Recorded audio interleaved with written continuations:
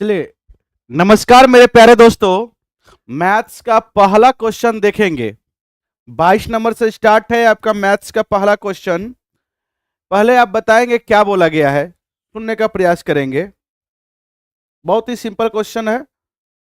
बोला जा रहा है यदि 9 अंकीय संख्या दिया गया है और 72 से पूर्णतः विभाज्य है, मतलब पूरा पूरा इसमें भाग लग जाता है 72 से, 72 से अगर इसमें आप भाग देंगे पूरा पूरा कट जाता है, तो n और m का मुख्य रूप से आपको मान निकालना है और इसमें पुट कर देना है। तो 72 देखिए कौन सा फैक्टर से मिलकर बना है, मतलब 9 और 8, क्योंकि 72 का विभाज्यता का नियम होता है कि 9 से भी भाग लगना चाहिए उस संख्या में और 8 से भी भाग लगना चाहिए। तो हम सबसे पहले 8 का चेक करते हैं, और 8 का विभाज्यता का नियम होता है अंतिम का 3 अंक। तो अंतिम का 3 अंक है 37 और n है। तो 37 और n में 8 से भाग देंगे तो 8 8 चौके 32 होता है, और यहां से आप घटेगा ये 5 आ गया। तो यहाँ पे क्या रखेंगे ताकि ये कट जाए, तो सर 6 रखेंगे, 8 सती 56। इसका मतलब हो गया n की मान 6 हो गया, n की मान बच्चे 6 हो गया। और 9 का विभाज्यता का नियम है अंकों को जोड़िए और 9 से भाग दीजिए, अंकों को जोड़िए और 9 से भाग दीजिए। देखिए क्या होता है, ठीक है, जोड़िए और 9 से भाग दीजिए, सुनने का प्रयास करोगे तो अंकों को जोड़ेंगे, आप देखोगे ये 9 है, कट गया, मतलब 9 से पूरा पूरा भाग लगना। 8 और 1 9 हो जाएगा। ये 6 और आप जो 3 और 6 जो लाए ये भी कट जाएगा। तो बच क्या रहा है, तो 7 और 3, 7 3 10 होता है।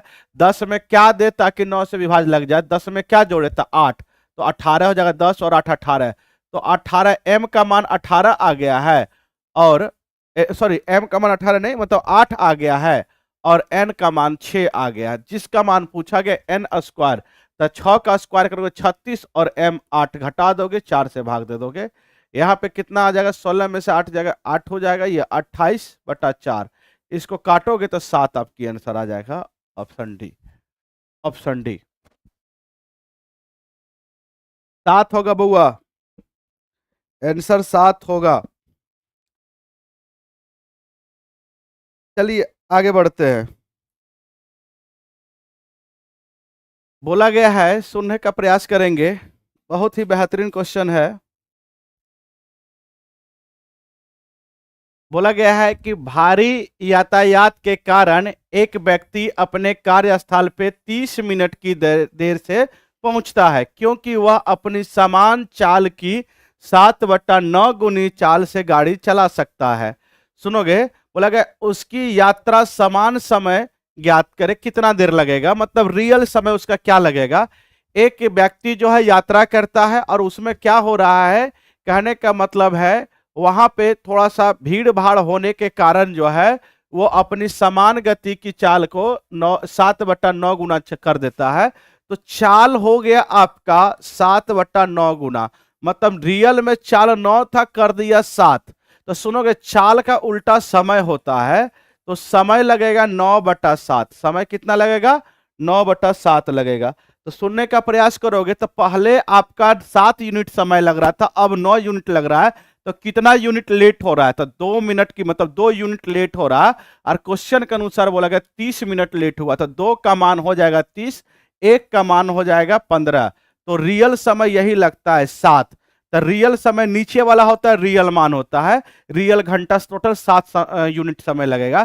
तो 7 का मान हो जाएगा 105 मिनट लगेगा टोटल, उसको एक्चुअली में इसको 105 मिनट लगेगा।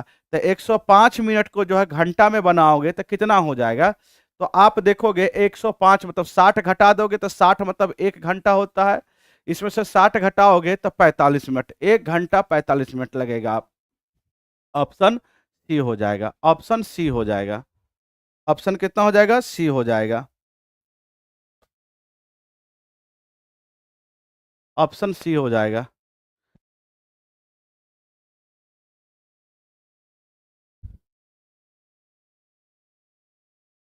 चलिए आगे बढ़ते हैं। बोला गया है, सुनने का प्रयास करोगे, टोटल जो है छात्रों की संख्या 3500 है। बोला गया है कराटे और उसके बाद कुकिंग के लिए, पाक कला और रचनात्मक लेखन विषयों में नामांकित छात्रों की कुल संख्या ज्ञात करें। एक बात मुझे बताने का प्रयास करोगे, सबसे पहले कराटे में जाओ तो कराटे का जो साइन का यूज किया गया है डॉलर यूज किया गया है, और डॉलर यहां से कितना है 8% है। तो कराटे में 8% विद्यार्थी है। और पाक कला में जो है आपका पाक कला हैच के द्वारा डिनोट किया गया है, और हैच का जो है 25% है। पाक कला में स्टूडेंट 25% है। और बोला गया रचनात्मक लेखन, तो रचनात्मक लेखन को किसमें लिखा गया है, तो पॉइंट मतलब पॉइंट के द्वारा लिखा गया है, डॉट के द्वारा, डॉट में है 14%। तो टोटल परसेंटेज कितना हो गया, 8 4 12 5 17 3 1 4 47%। तो 47% स्टूडेंट टोटल होगा, टोटल कुल संख्या बोला गया। तो 3500 का 47% निकाल देंगे, तो 47 से ये कट जाएगा, ये कट जाएगा। अब बताओगे 35 गुना इसको करोगे 7 5 35 के 5, बाकी हाथ में 3 हो जाएगा। सत्या 21 और 4 पंचे 20, 21 और 20 41, 41 और 3 41 और 3 आपका 44 के 4, और 4 तिया 12, 12 4 कितना हो जाएगा 16। तो 1645, 1645 हो जाएगा, ऑप्शन बी 1645 हो जाएगा।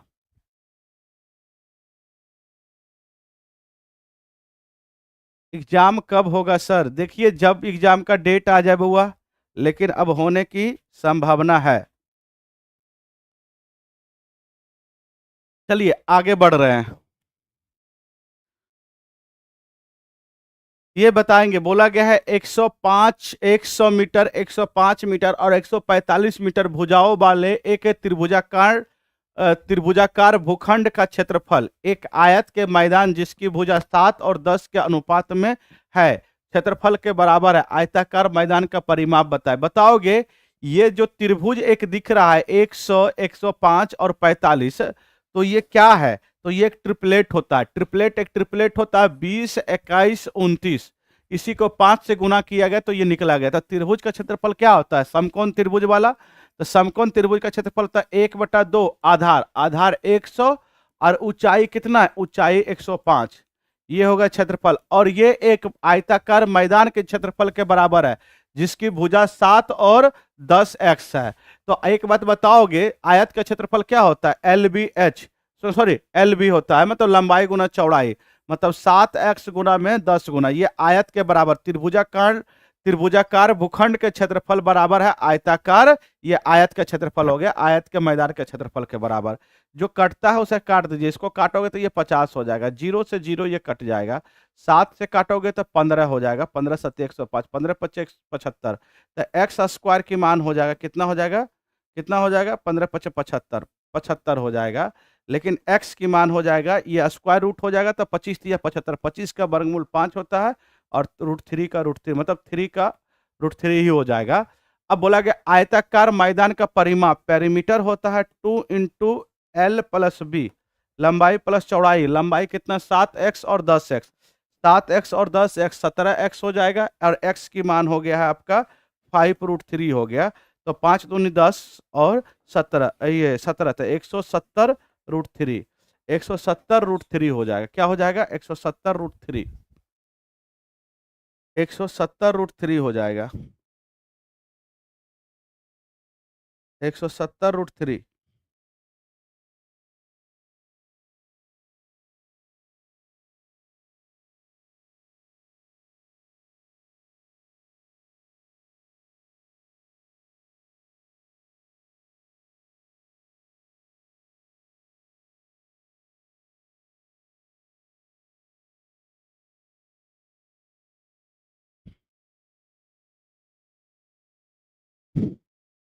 चलिए आगे बढ़ रहे हैं,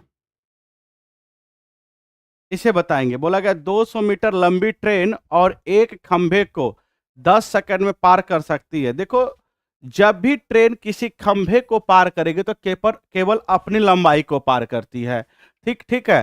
तो ट्रेन की चाल यहां से निकल जाएगा, चाल बराबर मतलब दूरी बटा समय।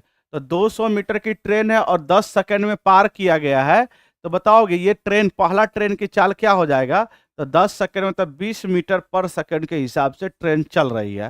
बोला गया 250 मीटर लंबी एक अन्य ट्रेन, दूसरी ट्रेन है, और 200 मीटर लंबे प्लेटफॉर्म को 15 सेकंड में पार करती है। तो जब भी ऐसा क्वेश्चन रहे तो ट्रेन अपनी लंबाई के साथ साथ में प्लेटफॉर्म की भी लंबाई को पार करेगी, ठीक है।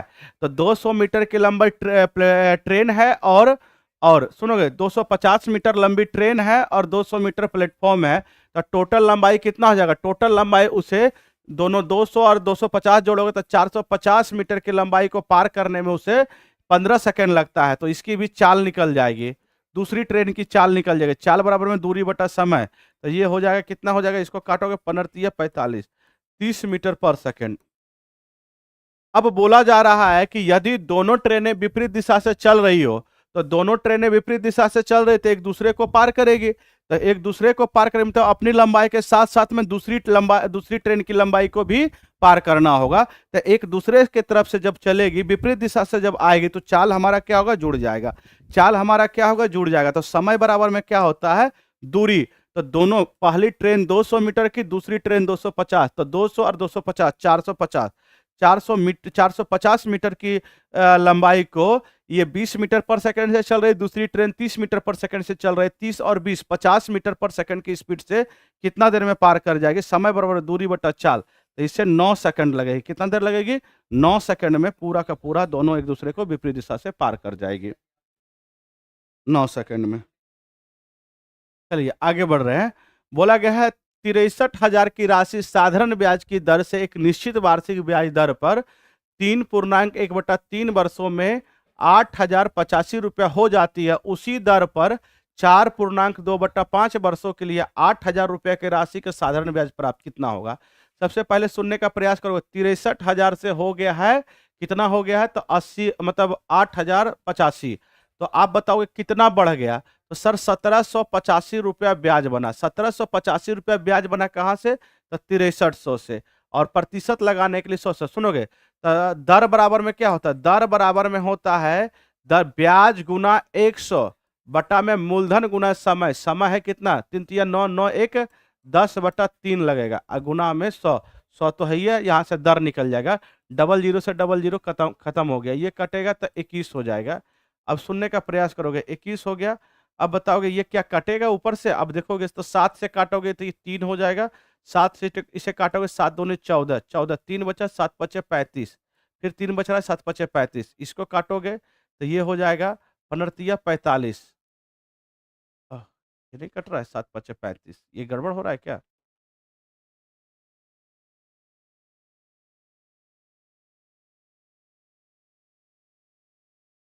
ये क्या हो गया? ये कटेगा तो 21 तिया 63 और 7 तिया 21 और 7 दूनी 14, सॉरी 7 दूनी 14, यहाँ से ठीक है, 8 तिया 24, 8 तिया 24, उसके बाद कितना हो जाएगा? 8 तिया 24, 5 तिया 15, तो 85/10। तो दर हो जाएगा कितना?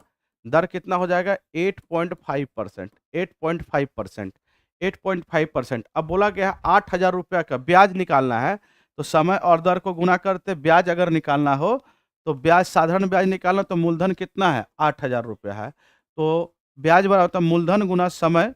समय कितना है? तो 4 पंचे 20, 20 और 2 22/5, और दर, दर कितना है? 8.5%। परसेंट से डबल जीरो खत्म हो जाएगा, इस जीरो से ये खत्म हो जाएगा। अब बताओगे, ये हो जाएगा, ये 17 पचे 85। अब इसको गुना कर दोगे, अब इसे गुना करोगे, 8 दूनी ये 17 दूनी 34, 34 गुना 8 करोगे, तो 34 गुना 8 करोगे तो 34 गुना 8, 8 चौके 32, 8 तिया 24, 24 और 3 27 गुना 11, इसे करोगे ब्याज निकल जाएगा। 4 7 4 11, 7 2 9, 9 1 10 और 2 1 3। इन्हें कहीं गड़बड़ हो रहा है, गड़बड़ हो रहा है गुना करने में। 4 7 4 11, 11 और उसके बाद 7 2 9 1 10। ठीक है, नहीं आ रहा है। ये देखिए कहीं पे बउआ दिक्कत हो रहा है क्या? बिल्कुल हम बता रहे बउआ एग्जाम कब होगा, सुनोगे, ध्यान दोगे।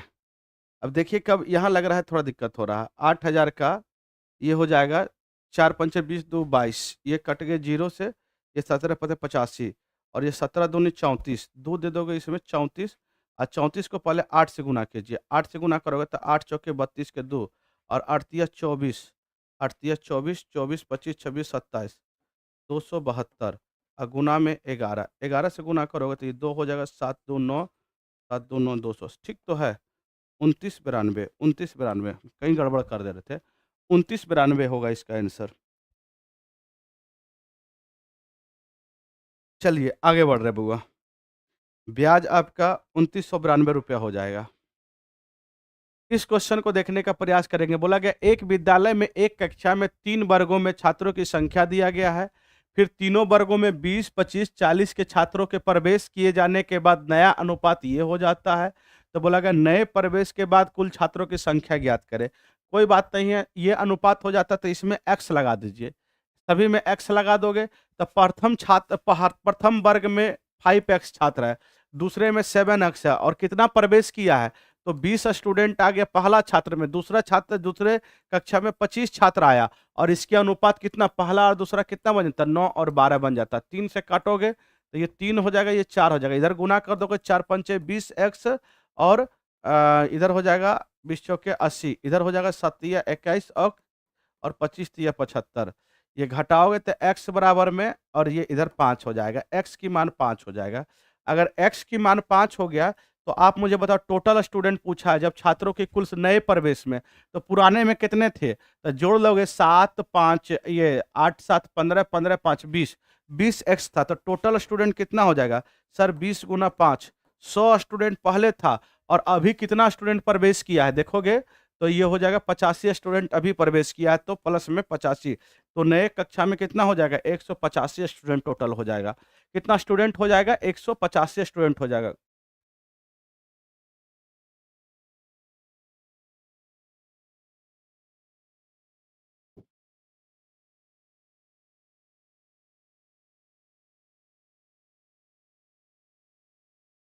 सर एग्जाम 2025 में होगा क्या? बिहार एसएससी का एग्जाम कब होगा? देखिए बुआ कब होता है।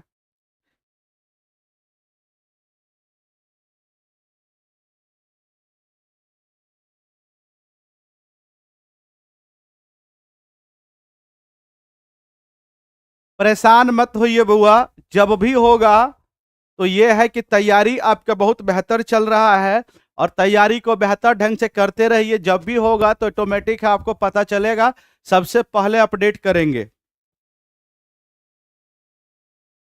ये बताइए बुआ, बोला जा रहा है कि एक समूह में कुछ बच्चे का औसत वजन 42 किलोग्राम था। जब 48 किलोग्राम वाले औसत वजन के 5 बच्चे समूह में शामिल हो जाते हैं या 37 किलोग्राम वजन वाले 5 बच्चे समूह छोड़ देते हैं तो दोनों मामले में बच्चों का औसत वजन समान रहता है। प्रारंभिक समूह में कितने बच्चे थे? तो इस क्वेश्चन को थोड़ा सा कैसे करेंगे तो सीखने का प्रयास करोगे।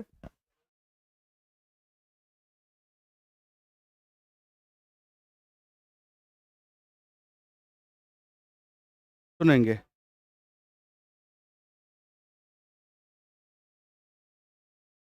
मान लीजिए कि बच्चे की संख्या x मानिए, हमारा औसत वजन 42 किलोग्राम है, टोटल क्या हो जाएगा तो टोटल 42x हो जाएगा और 5 बच्चे जो है समूह में आ गए, x बच्चे थे 5 बच्चे और आ गए तो 5x हो जाएगा।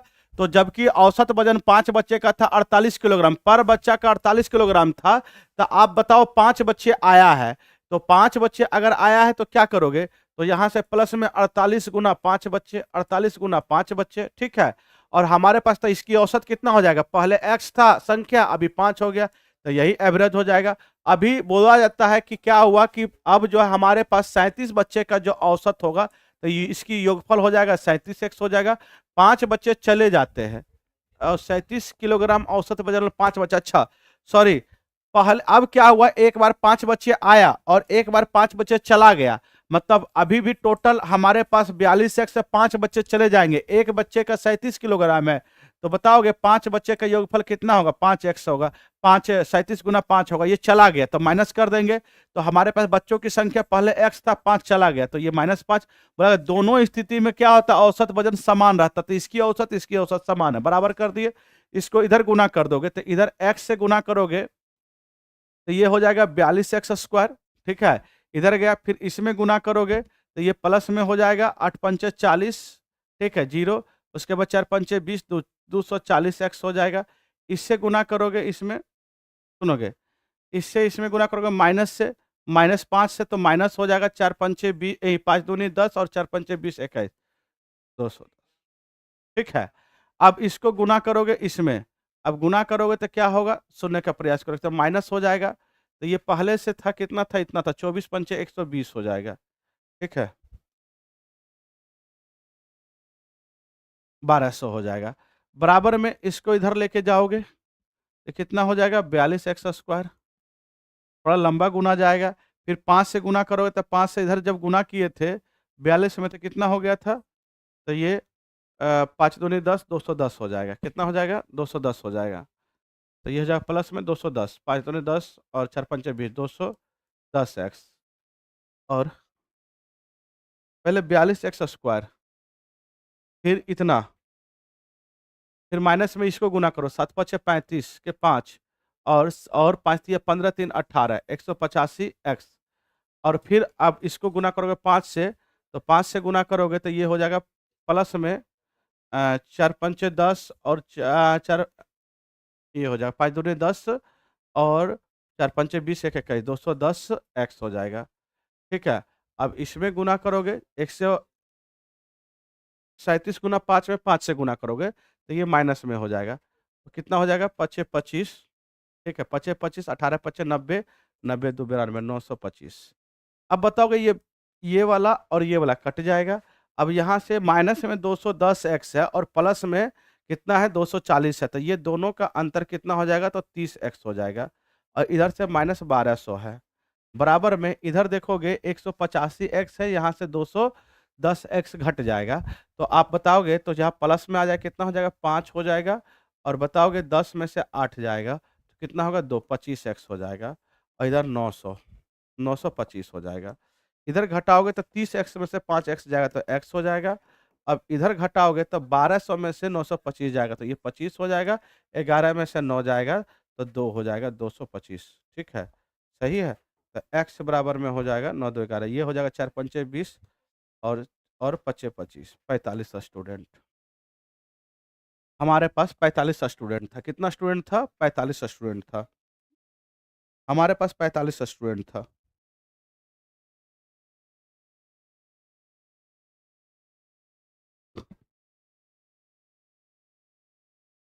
ये थोड़ा-सा लेंदी हुआ है क्योंकि आप इसको बिना कैलकुलेशन किए हुए नहीं कर सकते। शॉर्ट में थोड़ा-सा आपको प्रॉब्लम होगी और इसमें कुछ है नहीं, केवल बेसिक से आपको इसको बनाना है। सुनोगे, ध्यान दोगे बउआ। आगे क्या बोला गया है? बोला जाता है 2018 में ए का व्यय, तो ए का व्यय कितना है? 60 लाख है। 2018 में ए की आय कितनी थी? तो एक बात बताओगे, यहाँ से एक लाभ का संबंध होता है, तो व्यय कितना है? तो व्यय 60 लाख है। और यहाँ पे आप देखोगे, यहाँ से ए में जो है, ए में कितना परसेंट लाभ हुआ है? तो 65% लाभ हुआ है। तो 60 का 65% ये लाभ हो जाएगा। तो लाभ आप निकालिए, कितना आया लाभ? ये जोड़ दोगे, ये कट गया। अब इसको काटोगे तो ये हो जाएगा 13 और ये 2 हो जाएगा। इसको काटोगे तो ये हो जाएगा, कितना हो जाएगा? 3 हो जाएगा। 3 39, 39 लाख लाभ हुआ। ये 39 लाख लाभ हुआ। तो आय क्या होता है? आय बराबर में होता है व्यय प्लस लाभ। ये लाभ निकला। तो एक बात बताओगे, व्यय कितना है? तो 60 है। और बताओगे लाभ कितना हुआ? तो 39। तो टोटल आय कितना हो जाएगा? तो 99 लाख हो जाएगा। कितना हो जाएगा? 99 लाख। यही आपका आंसर हुआ। क्या हो जाएगा? 99 लाख होगा।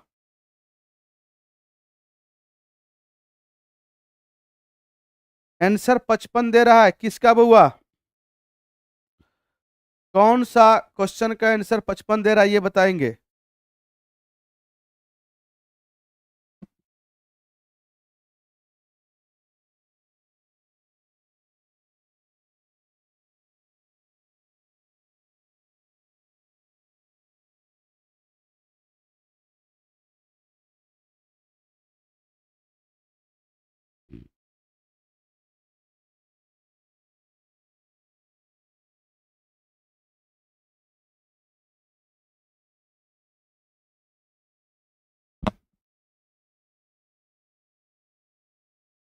अच्छा, इसका आंसर 55 दे रहा है। एक सेकंड, एक सेकंड।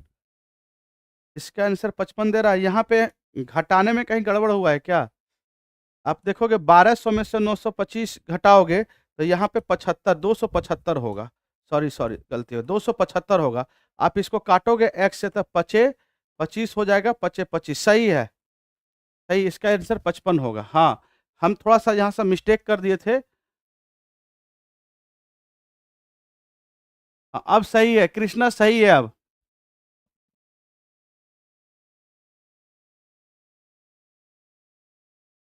अब सही है।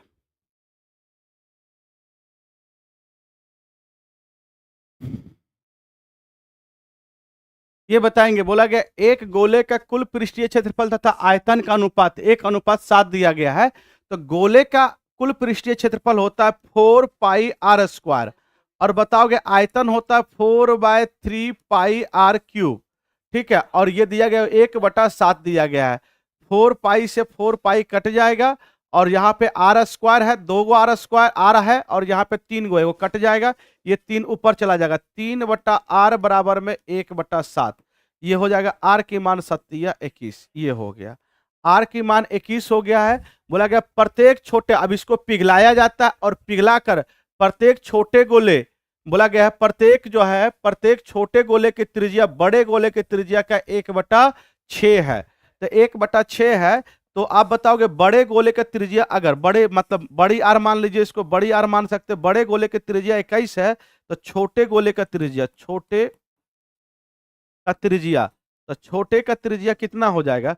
तो सर 21/1/6, तो ये काटोगे तो ये 2 हो जाएगा और ये 7 हो जाएगा, 7/2 हो गया। तो एक बात बताओगे, 7/2 हो गया। अब यहां से अब गोले का आप इथी निकाल सकते हो, क्या बोलता है कितना गोला बनेगा छोटा छोटा। तो यहां से आयतन, सबसे पहले त्रिज्या देखोगे, तो बड़े गोले और छोटे, तो आप देखोगे बड़ा का त्रिज्या कितना है, तो सर 21 है, और छोटे का कितना है, तो 7/2 है। अनुपात निकालिए, 7×21, ये हो जाएगा, ये 6:1, 6:1 होगा। कितना होगा? 6:1 होगा। आप ऐसे भी कर सकते हो। तो आयतन क्या होता है? आयतन इसका क्यूब होता है 216, और इसका क्यूब 1, मतलब जो छोटा गोला बनेगा वो कितना बनेगा? 216 बनेगा। आप देख लोगे छोटा गोला कितना बनेगा? 216 बनेगा। आप यहां से भी कर सकते हैं, छोटा गोला 216 बनेगा। याद रखिएगा, जब 216 गोला बनेगा तो बोला गया छोटे गोले का पृष्ठीय क्षेत्रफल का योग बताए। तो पृष्ठीय क्षेत्रफल क्या होता है? 4π, पाई का मान 22/7, 4πr², और छोटा त्रिज्या कितना है? 7/2 गुना 7/2, ये इतना हो गया। और कितना गोला बना है? तो 216 गोला बना है। 216 से गुना कर दीजिए, ये 2 दूनी 4 खत्म हो जाएगा, ये 7 से 7 कंप्लीट हो गया। अब बताओगे, अब इसको गुना करोगे, 7 दूनी 14, 14 से इसमें गुना करोगे तो बताओगे 14×6 84, 14 और 8, 8 8 और 4 22 के 2, और कितना से गुना करते हैं? 14 से, 14 दूनी 28, 28 2 30 गुना 11। देखिए आप गुना कीजिए, 4 हो जाएगा, 4 2 6 हो जाएगा, 2 हो जाएगा, 3 हो जाएगा, 3, 33,264, 33,264, ऑप्शन डी। देखिए सही है बुआ, बहुत बढ़िया बहुत बढ़िया। काजल का आंसर आ रहा है 200। ठीक है बुआ, बहुत अच्छा।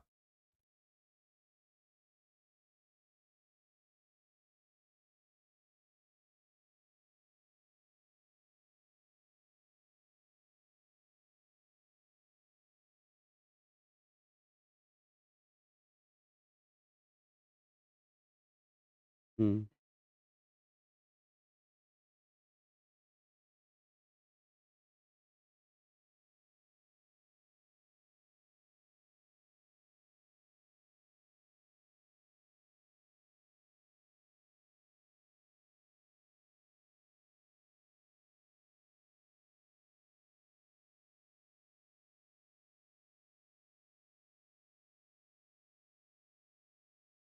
चलिए आगे बढ़ रहे बुआ, सुनने का प्रयास करोगे। बोला गया है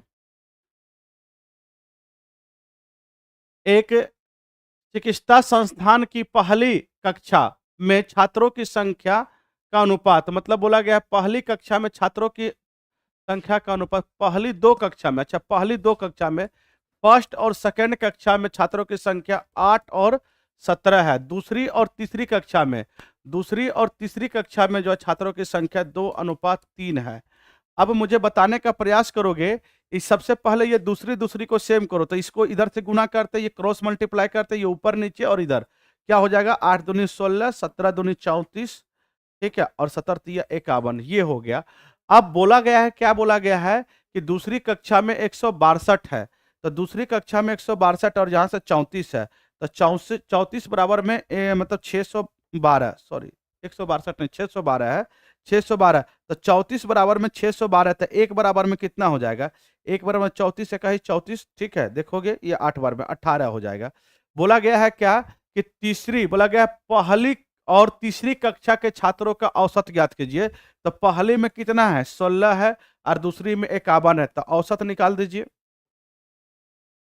और 18 दोनों में दोनों जगह कॉमन हो जाएगा, तो एक बात बताओगे तो औसत बराबर है योगफल बटा संख्या, तो 51 और 18 दोनों जगह कॉमन हो जाएगा, 18 तो रहेगा ही रहेगा, या तो ऐसे कर लीजिए आप 16 गुना 18 पहली कक्षा में, दूसरी कक्षा में कितना है, दूसरी कक्षा में 51 गुना 18 बट्टा में 2, आप दोनों को जोड़ोगे तो 18 तो दोनों जगह कॉमन हो जाएगा, और ये 51 और 16 तो 6 और 1 7 हो जाएगा, और 5 और 1 6 67 बट्टा में 2, 2 से काटोगे 9, 9 से गुना करोगे 9 सत्ती 63 के 3 बाकी हाथ में 6, 9 6 के 54, 54 और 6 हो जाएगा आपका 60, 603, ऑप्शन डी 603 हो जाएगा।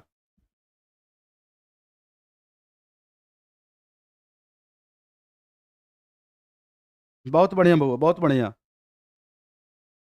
ये बताओगे, ये आप सॉल्व करोगे, सबसे पहले ये वाला आप अंदर वाला काम करेंगे, लेकिन यहां से भी सॉल्व कर सकते, क्या हो जाएगा 45, 29 पचे 145 और 6 145 और 6 कितना हो जाएगा 151, 151 बटा 29, 151 बटा 29 माइनस में 15 बटा 4 भागा, ठीक है।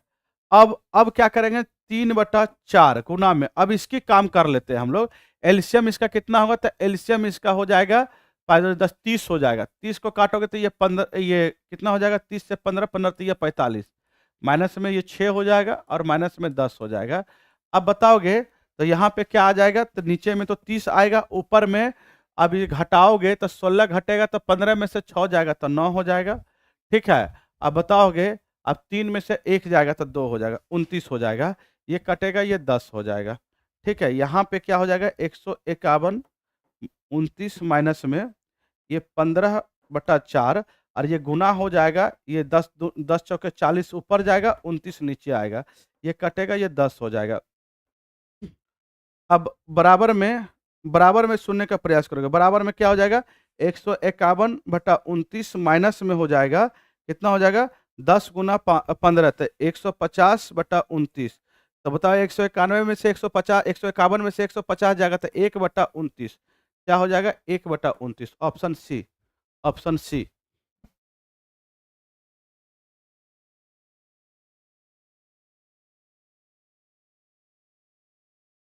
216 से मल्टीपल कौन,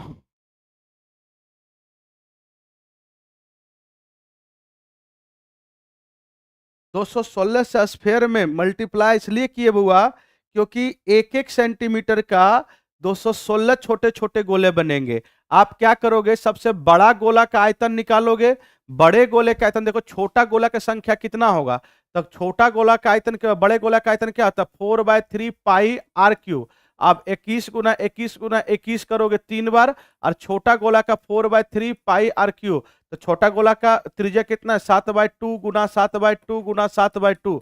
आप इसे काटोगे 4/3 पाई से, तो 4/3 पाई खत्म हो गया, इस 7 से काटोगे, ये सब काटोगे, 7×21 3 3 3, तो 9×3 27 और ये 4 दूनी 8, 27 27 8 कितना होता है, 27 8 216 होता है, तो 216 छोटे छोटे गोले बनेंगे, इसीलिए एक गोले का पृष्ठीय क्षेत्रफल इतना हुआ, 216 छोटे छोटे गोले बनेंगे, इसीलिए 216 से गुना किए।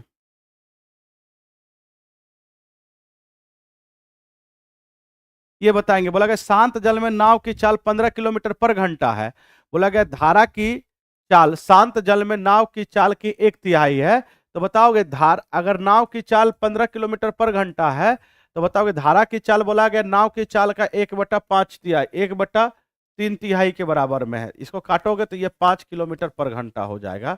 बोला गया धारा के विपरीत दिशा में, धारा के विपरीत दिशा में 24 किलोमीटर जाने में कितना समय लगेगा। विपरीत दिशा में चाल घट जाएगा तो 10 के हिसाब से जाएगा, प्लस में धारा के दिशा में 20 किलोमीटर जाने में तो दोनों के चाल जुड़ जाएगा, 20 से 1 घंटा इसको लगेगा और इसको लगेगा।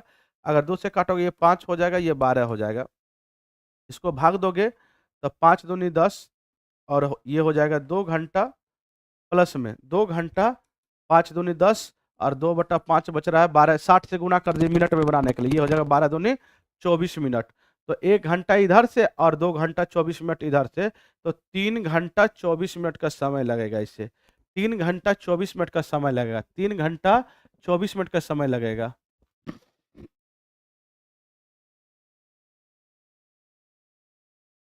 बोला गया 10 पुरुष और 8 महिलाएं एक कार्य को 7.5 दिन में कर सकते हैं, सुनने का प्रयास करोगे।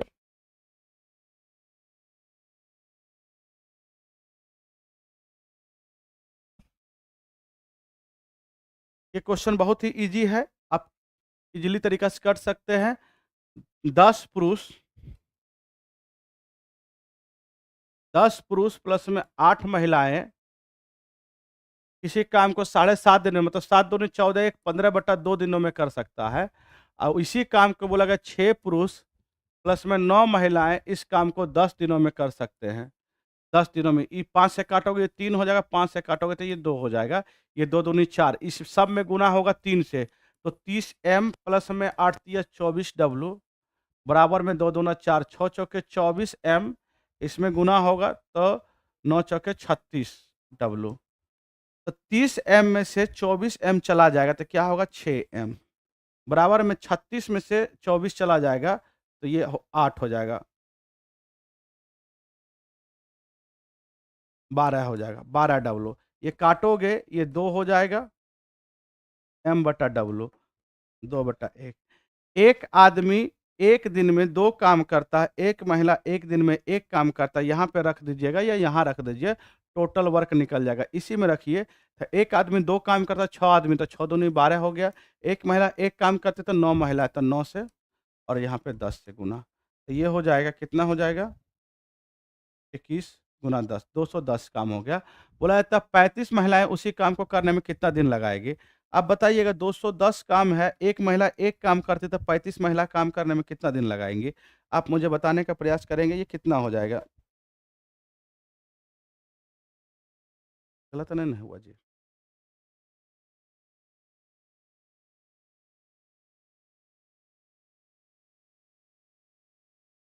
ये हो जाएगा 35 से इसमें भाग दे दीजिए, 7 पचे 35 और 7 तिया 21, 2, ये 6 दिन में पूरा का पूरा काम समाप्त हो जाएगा। कितना दिन लगेगा बुआ, 6 दिन लगेगा। गुड इवनिंग बुआ, गुड इवनिंग।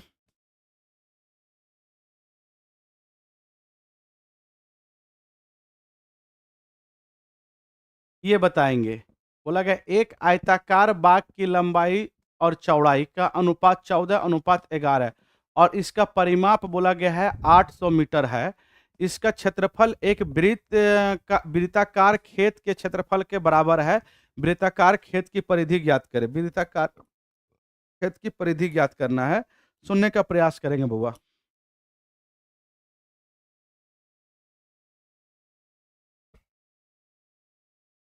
अब खेत की परिमाप, तो खेत की परिमाप 2 इंटू एल प्लस बी होता है, 2 इंटू एल प्लस बी, इसी ये सब में एक्स लगा दीजिए, तो एक्स लगा दोगे 14 और 11, 14 और 11 कितना हो जाएगा, तो 25x हो जाएगा। 2 इंटू एल प्लस बी बराबर में 800 है।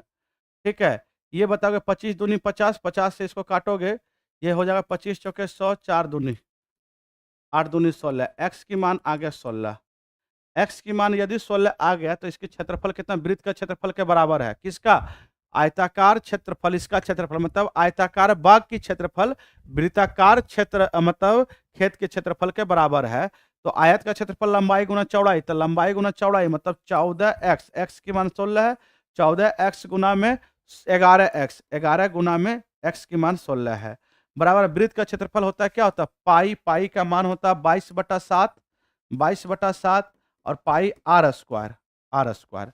ये बताओगे आप, इसे काटने का प्रयास, 11 दूनी 22, इससे काटोगे ये 7, ये 7 इधर आ जाएगा, 7 गुना 7 2 बार, 16 गुना 16 2 बार, स्क्वायर रूट लगेगा तो स्क्वायर हटेगा, तो ये बताओगे 7 2 बार था तो एगो 7 हो जाएगा, 16 2 बार था तो एक 7 हो जाएगा, तो आर की मान इतना आ गया है। बोला गया वृत्ताकार खेत का क्षेत्रफल परिधि ज्ञात करें, तो वृत्त का परिधि होता है 2 पाई का मान 22/7 और आर की मान हो गया 7 गुना 16। 7 से 7 खत्म हो जाएगा, 8 दूनी 16, 16 चौका 64, 64 गुना 11 करोगे तो ये 4 6 4 10 6 और एक 704, कितना हो जाएगा 704, 704।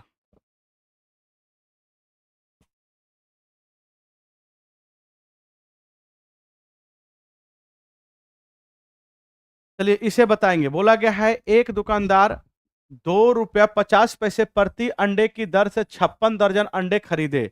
परिवहन के दौरान 120 अंडे टूट गए, उसने शेष अंडे 2 रुपया 75 पैसे की दर से बेच दिया। बोला जाता है तो उसका प्रतिशत लाभ या हानि ज्ञात करें। सुनने का प्रयास करोगे, अगर 220 अंडे 120 अंडे टूट गए तो 120 अंडे में 12 से भाग दे दोगे, मतलब 10 दर्जन अंडा टूट गया।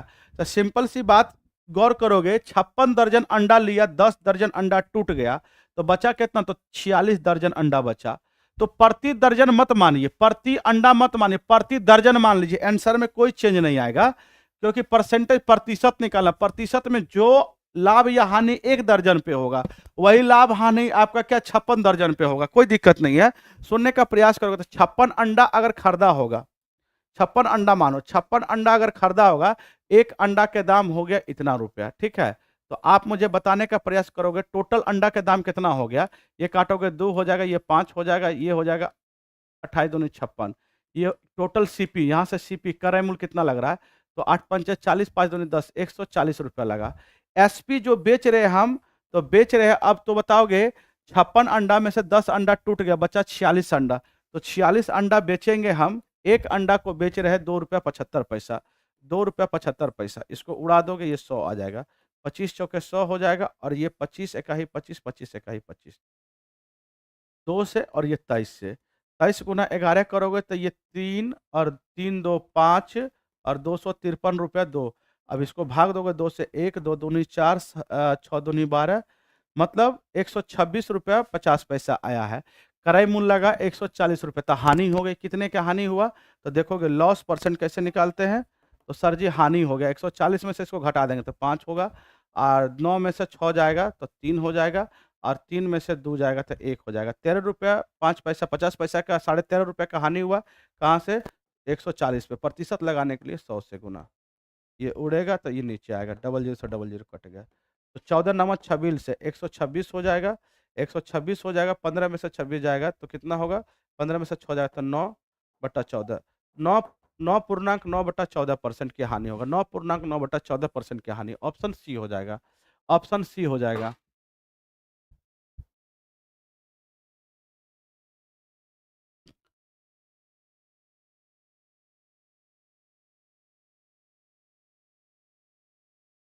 चलिए बुआ आगे बढ़ रहे हैं।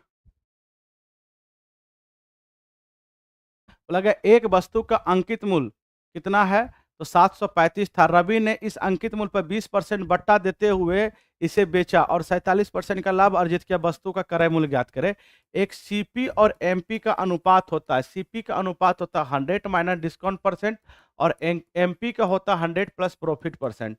तो बच्चे सीपी का अगर 20% घटा दोगे तो ये 80 रुपया हो जाएगा, और एमपी का होता है 100 प्लस प्रॉफिट परसेंट, तो 147। बोला गया है 147 रुपये अंकित मूल्य है, और क्वेश्चन के अनुसार कितना है, 735 है, तो 147 बराबर में 735, ये कितना गुना हो जाएगा, देखोगे कितना गुना हो जाएगा, तो हमको लगता है कि ये 5 गुना है। तो 5 गुना अगर एमपी है तो ये भी 5 गुना होगा, सीपी भी 5 गुना होगा, 8 पंचे 40, 400 रुपये क्रय मूल्य वस्तु का, 400 रुपये। ये बहुत इंपॉर्टेंट है, इस सीपी और एमपी का ये रखेंगे।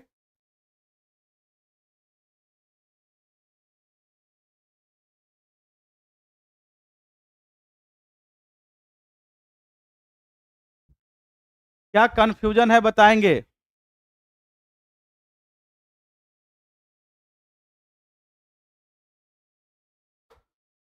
संगमित्रा बताएंगे क्या कंफ्यूजन में है आप।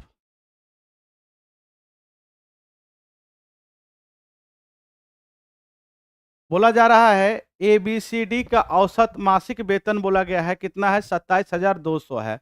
तो सबसे पहले बताओगे ABCD का योगफल क्या हो जाएगा, A plus B plus C plus D, ये योगफल होगा। औसत अगर हमारा 27,000 कितना है, 27,200 है, तो योगफल क्या हो जाएगा, तो योगफल होता है औसत गुना संख्या, ये औसत है गुना संख्या कर दोगे तो 0 0 4 दूनी 8, ठीक है, 4 दूनी 8, उसके बाद 7 चौके 28 के 8, और उसके बाद 4 दूनी 8 और 2 10, ये हो जाएगा 10, कितना हो जाएगा, इतना हो जाएगा, ठीक है, 1,88,000 के करीब में, ठीक है। अब सुनने का प्रयास करोगे, सॉरी 8800, 1,08,800। अब बोला गया है, क्या बोला गया, ए बी सी डी, 4 आदमी है, ए बी सी और डी। बोला गया है ए को बी से 800 अधिक मिलते हैं, बी को सी से 600 अधिक मिलते हैं और सी को डी से 400 अधिक मिलते हैं। ए का मासिक वेतन ज्ञात करें। तो सबसे पहले डी का मानिए x रुपया, तो डी से जो है 400 रुपया अधिक मिलते हैं सी को, तो सी का हो जाएगा x प्लस 400, और 400 से अधिक मिलता है सी को, मतलब बी को मिलता है सी से 600 अधिक, तो इसका हो जाएगा 600 अधिक 400 में 600 अधिक करोगे तो इसका 1,000 हो जाएगा। और बताओगे ए को मिलता है बी से 800 अधिक, तो बी को है एक्स प्लस 1,000, तो एक्स ए का हो जाएगा एक्स प्लस में 1800, 800 अधिक 1800, तो टोटल योगफल क्या हो जाएगा, तो 4x, और यहाँ से 1800 1,400, ठीक है, कितना हो जाएगा, ये हो जाएगा 8 4 12 2200 और 1 3200 हो जाएगा। जोड़ोगे 0 0 8 4 12 2 और 1 3, 3200 हो जाएगा। और टोटल योगफल चारों का कितना है, यहाँ जोड़े तो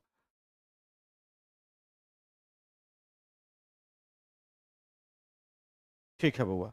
अब 4x बराबर में हो जाएगा, ये घटाओगे 0 से 0, 8 में से 2 जाएगा 6 हो जाएगा, और 8 में से 3 जाएगा तो 5 हो जाएगा, ठीक है, 0 1। x के मान क्या हो जाएगा, 4 से काटोगे 4 दूनी 8, 4 दूनी 8, 25 बचा, 25 बटा 6 चौके 24, 4 चौके 16, 0 0। x के मान इतना हो गया। a का पूछा था, a का कितना हो जाएगा, तो x प्लस में 1800, इतना प्लस में 1800 जोड़ दीजिए इसमें, 0 0 8 4 12 6 1 7 और 1 8, 28,200।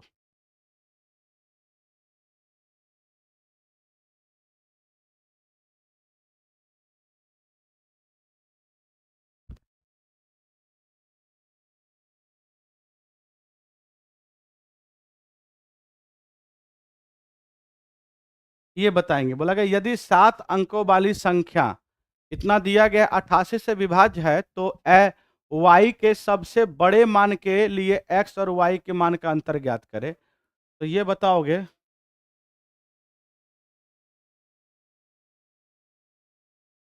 आप बताओगे 88 से विभाज्यता का नियम क्या होता है, 11 गुना 8, 8 से सबसे पहले इसमें भाग दीजिए अंतिम का 3 अंकों में, यहाँ पे y है, यहाँ पे क्या रखे ताकि 8 से भाग लग जाएगा।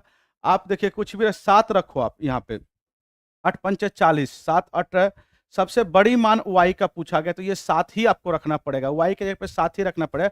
8 पंचे 40 करोगे, फिर 7 आएगा, 9 8 72, यही सबसे बड़ी मान होगा, ठीक है। तो y की मान हम 7 रख सकते हैं। और 11 के विभाज्यता का नियम क्या होता है, अल्टरनेट संख्या को जोड़िए और अंतर लीजिए, तो अंतर लेने के बाद यह तो 0 आ जाए, यह तो 11 का कोई मल्टीपल आ जाए। जी बउआ, हम प्रीवियस ईयर का क्वेश्चन करवा रहे हैं, आपका रेलवे का प्रीवियस ईयर क्वेश्चन करवा रहे हैं। प्रत्येक दिन रात 10 बजे, प्रत्येक दिन रात 10 बजे। चलिए अब अल्टरनेट संख्या को जोड़िए, अल्टरनेट संख्या को जोड़िए, देखिए कितना आ रहा है, तो 7 और 6, 7 6 कितना हो जाएगा, 13, 13 4 17, 17 17 और 2 19, 19। अब यहाँ से जोड़ोगे x और 3, 3 हो जाएगा, 3 और 7 10, तो यहाँ से माइनस हो जाएगा क्या, x प्लस में 10, इसको अंतर लेंगे तो 10 में से 19 में से 10 जाएगा तो हो जाएगा 9, माइनस में x के जगह पे क्या रखे ताकि 0 आ जाए, तो सर 9 ही रखना पड़ेगा, x की मान 9, 9 में से 9 जाएगा तो 0, ताकि 11 से पूरा पूरा भाग लग जाए। तो बोला ये दोनों का अंतर, तो 9 और 7 का अंतर कितना आ गया, 2, 9 और 7 का अंतर कितना आ गया, 2, 9 और 7 का अंतर आ गया 2। 9 और 7 का अंतर आ गया 2।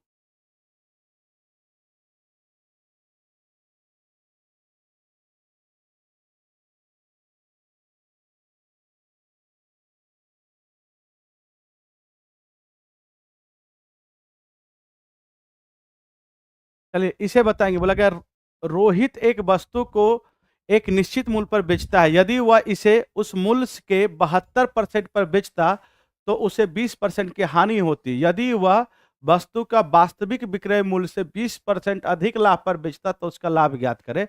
यहां से आप क्या कीजिए, वस्तु का एसपी मान लीजिए 100 रुपया। तो वस्तु का एसपी 100 रुपया माने हो तो बेचे कितना में हो, तो बेचे कितना में हो, बिका कितना में, बिक्री कितना में हुआ, 72 रुपया में, ताकि हानि हो गया। तो हानि सीपी का हानि होता है कितने परसेंट का, 20% का हानि। तो 20% का फ्रैक्शन मान 1/5, हानि का मतलब 4/5। सीपी का 4/5 में वस्तु बिका, और बिका कितना में, 72 में। तो 18 × 4 = 72, 18×5 = 90, मतलब सीपी हमारा रहा 90 रुपया। ठीक है, और वस्तु को 100 रुपया का एसपी है, विक्रय मूल्य है। बोला इससे 20 रुपया अधिक, 20% अधिक, तो 120 में बेचना चाह रहे हैं। अब एसपी हम करना चाह रहे हैं 120 में। तो 90 का वस्तु 120 में बेचेंगे, मतलब 30 का प्रॉफिट होगा कहाँ से, 90 से। इसको काटोगे 30 या 90, 1/3 का मतलब होता है 33 सही 1/3। परसेंटेज लगाने के लिए 100 से गुना करोगे, 33 सही 1/3% होगा। 33 सही 1/3% होगा। चलिए आगे बढ़ रहे हैं। बोला गया है इतना, मतलब टोटल जो है खर्चा जो है 3.6 करोड़ हुआ है। बोला हॉकी, हॉकी में कितना है, हॉकी में कितना है, 66 डिग्री है। और बोला गया क्रिकेट, तो क्रिकेट में कितना है, तो 86 है।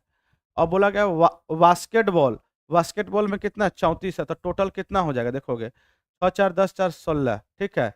अब 8×6 = 14, 14 और 3 17, 17 और 1 18, 186 डिग्री हो गया। एक बात बताओगे, 303.6 करोड़ का 186 लाख खर्चा हुआ कितना में से, 360 डिग्री में। ठीक है, 360, टोटल 360 डिग्री होता है। पूरा एक कंप्लीट एंगल कितना होगा, 360 डिग्री। ये उड़ जाएगा, 10 आएगा। ये बताओगे 36 से 36 कट गया, नीचे में 100 आया, मतलब 1.6 करोड़, करोड़ खर्चा हुआ। लाख में आंसर दिया गया, बोला सभी का औसत ज्ञात करना था। कितना था, 1 2 3 था। तो औसत बराबर में क्या होता है, योगफल कितना आया, इतना आया। तो 3 से भाग दे दो, ये हो जाएगा, ये 6×3 = 18 और 3×2 = 6, मतलब 0.062 लाख, मतलब 0.62 लाख करोड़ है। तो करोड़ हो जाएगा, तो इस लाख कितना हो जाएगा, तो 62 करोड़, मतलब 62 लाख। 62 लाख कितना हो जाएगा, लाख में दोगे तो 62 लाख हो जाएगा।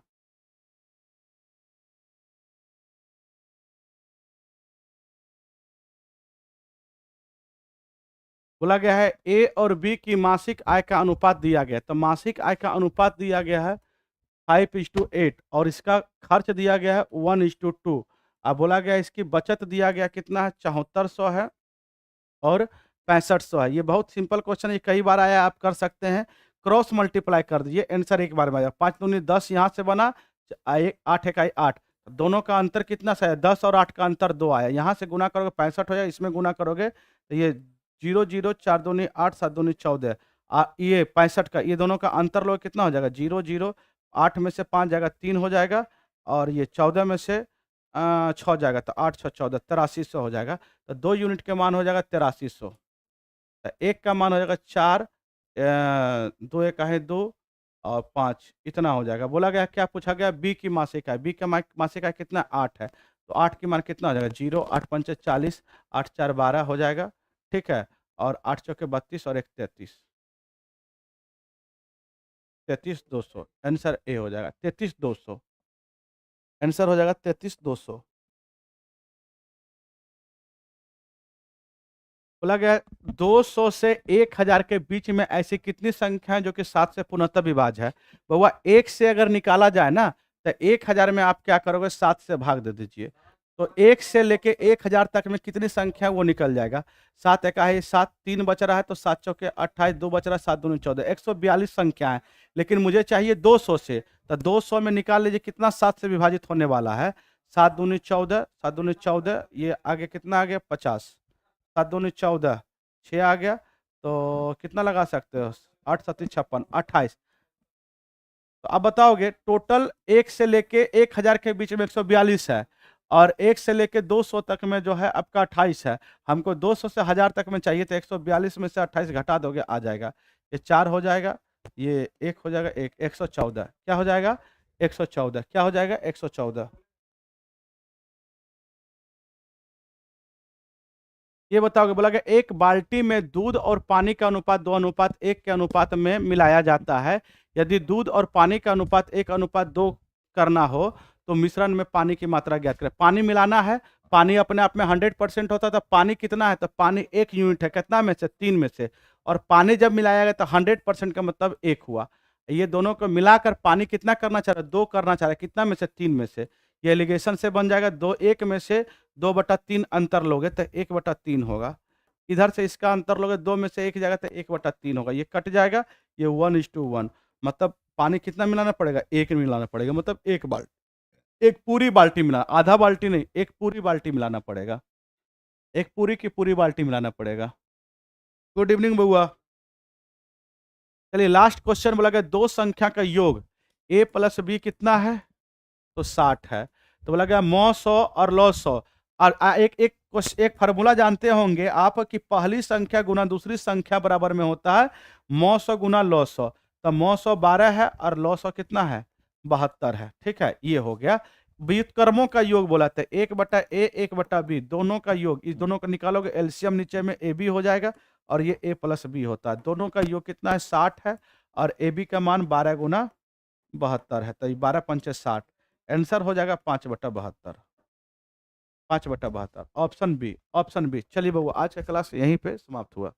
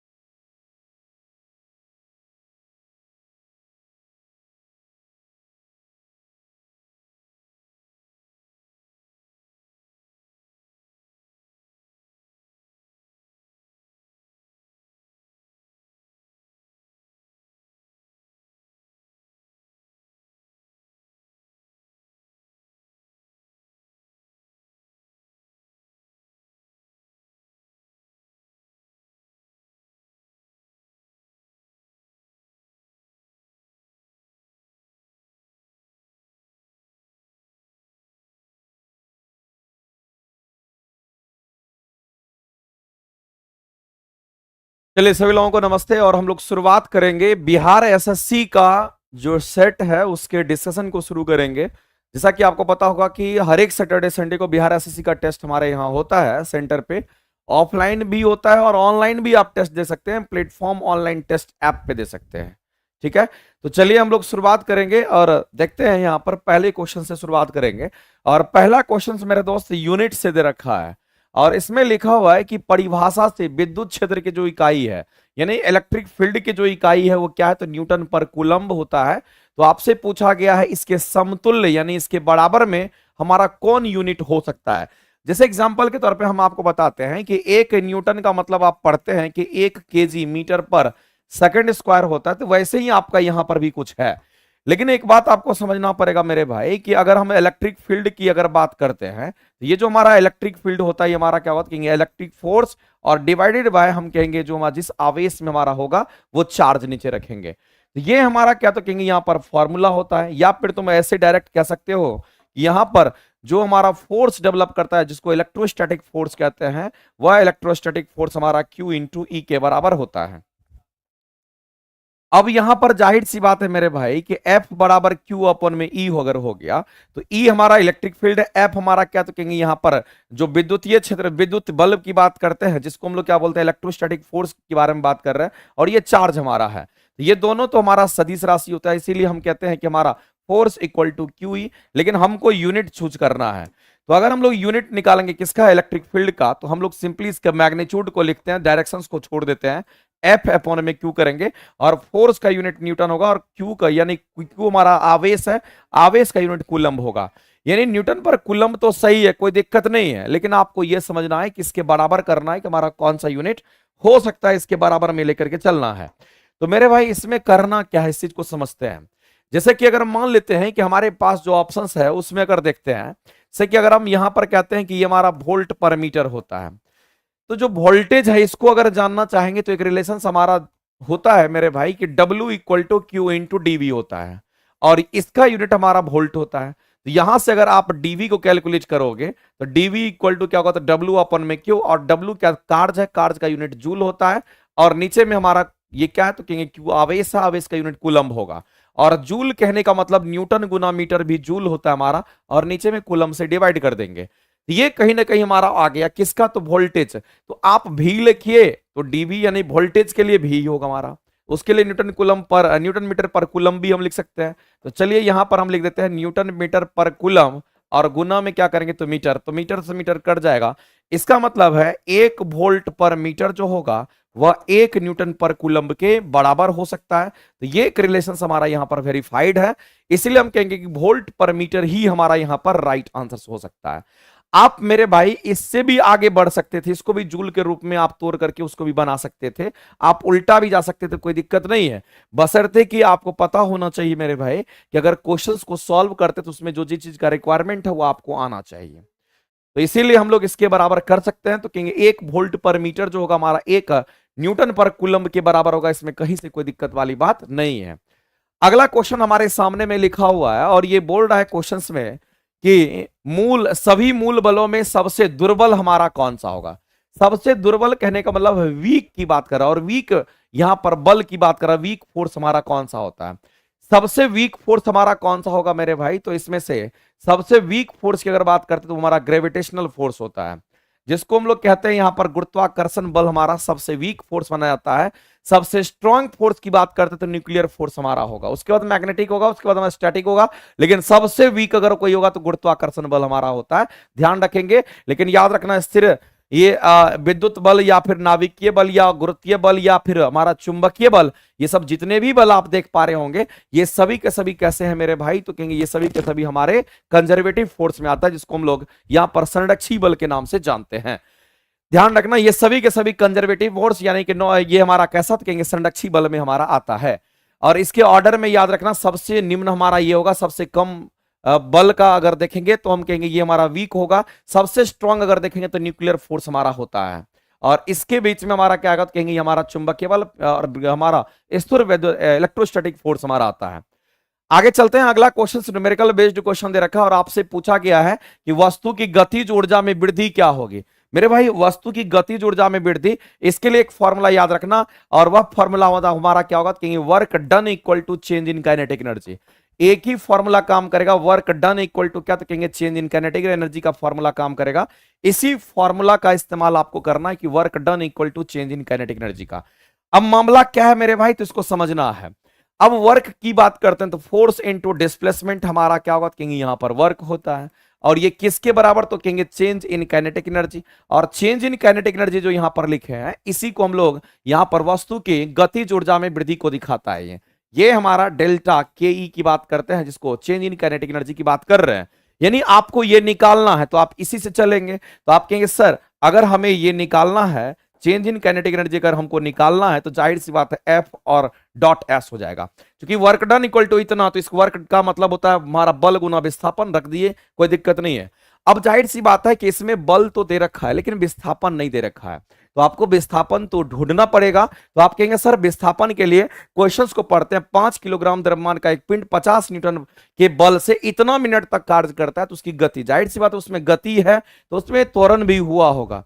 कितना त्वरण हुआ होगा मेरे भाई, तो हम लोग त्वरण भी कैलकुलेट कर सकते हैं। कितना त्वरण होगा, तो कहेंगे यहां पर त्वरण कैलकुलेट करेंगे तो F बाय m लिखेंगे, चूंकि F बराबर ma होता है।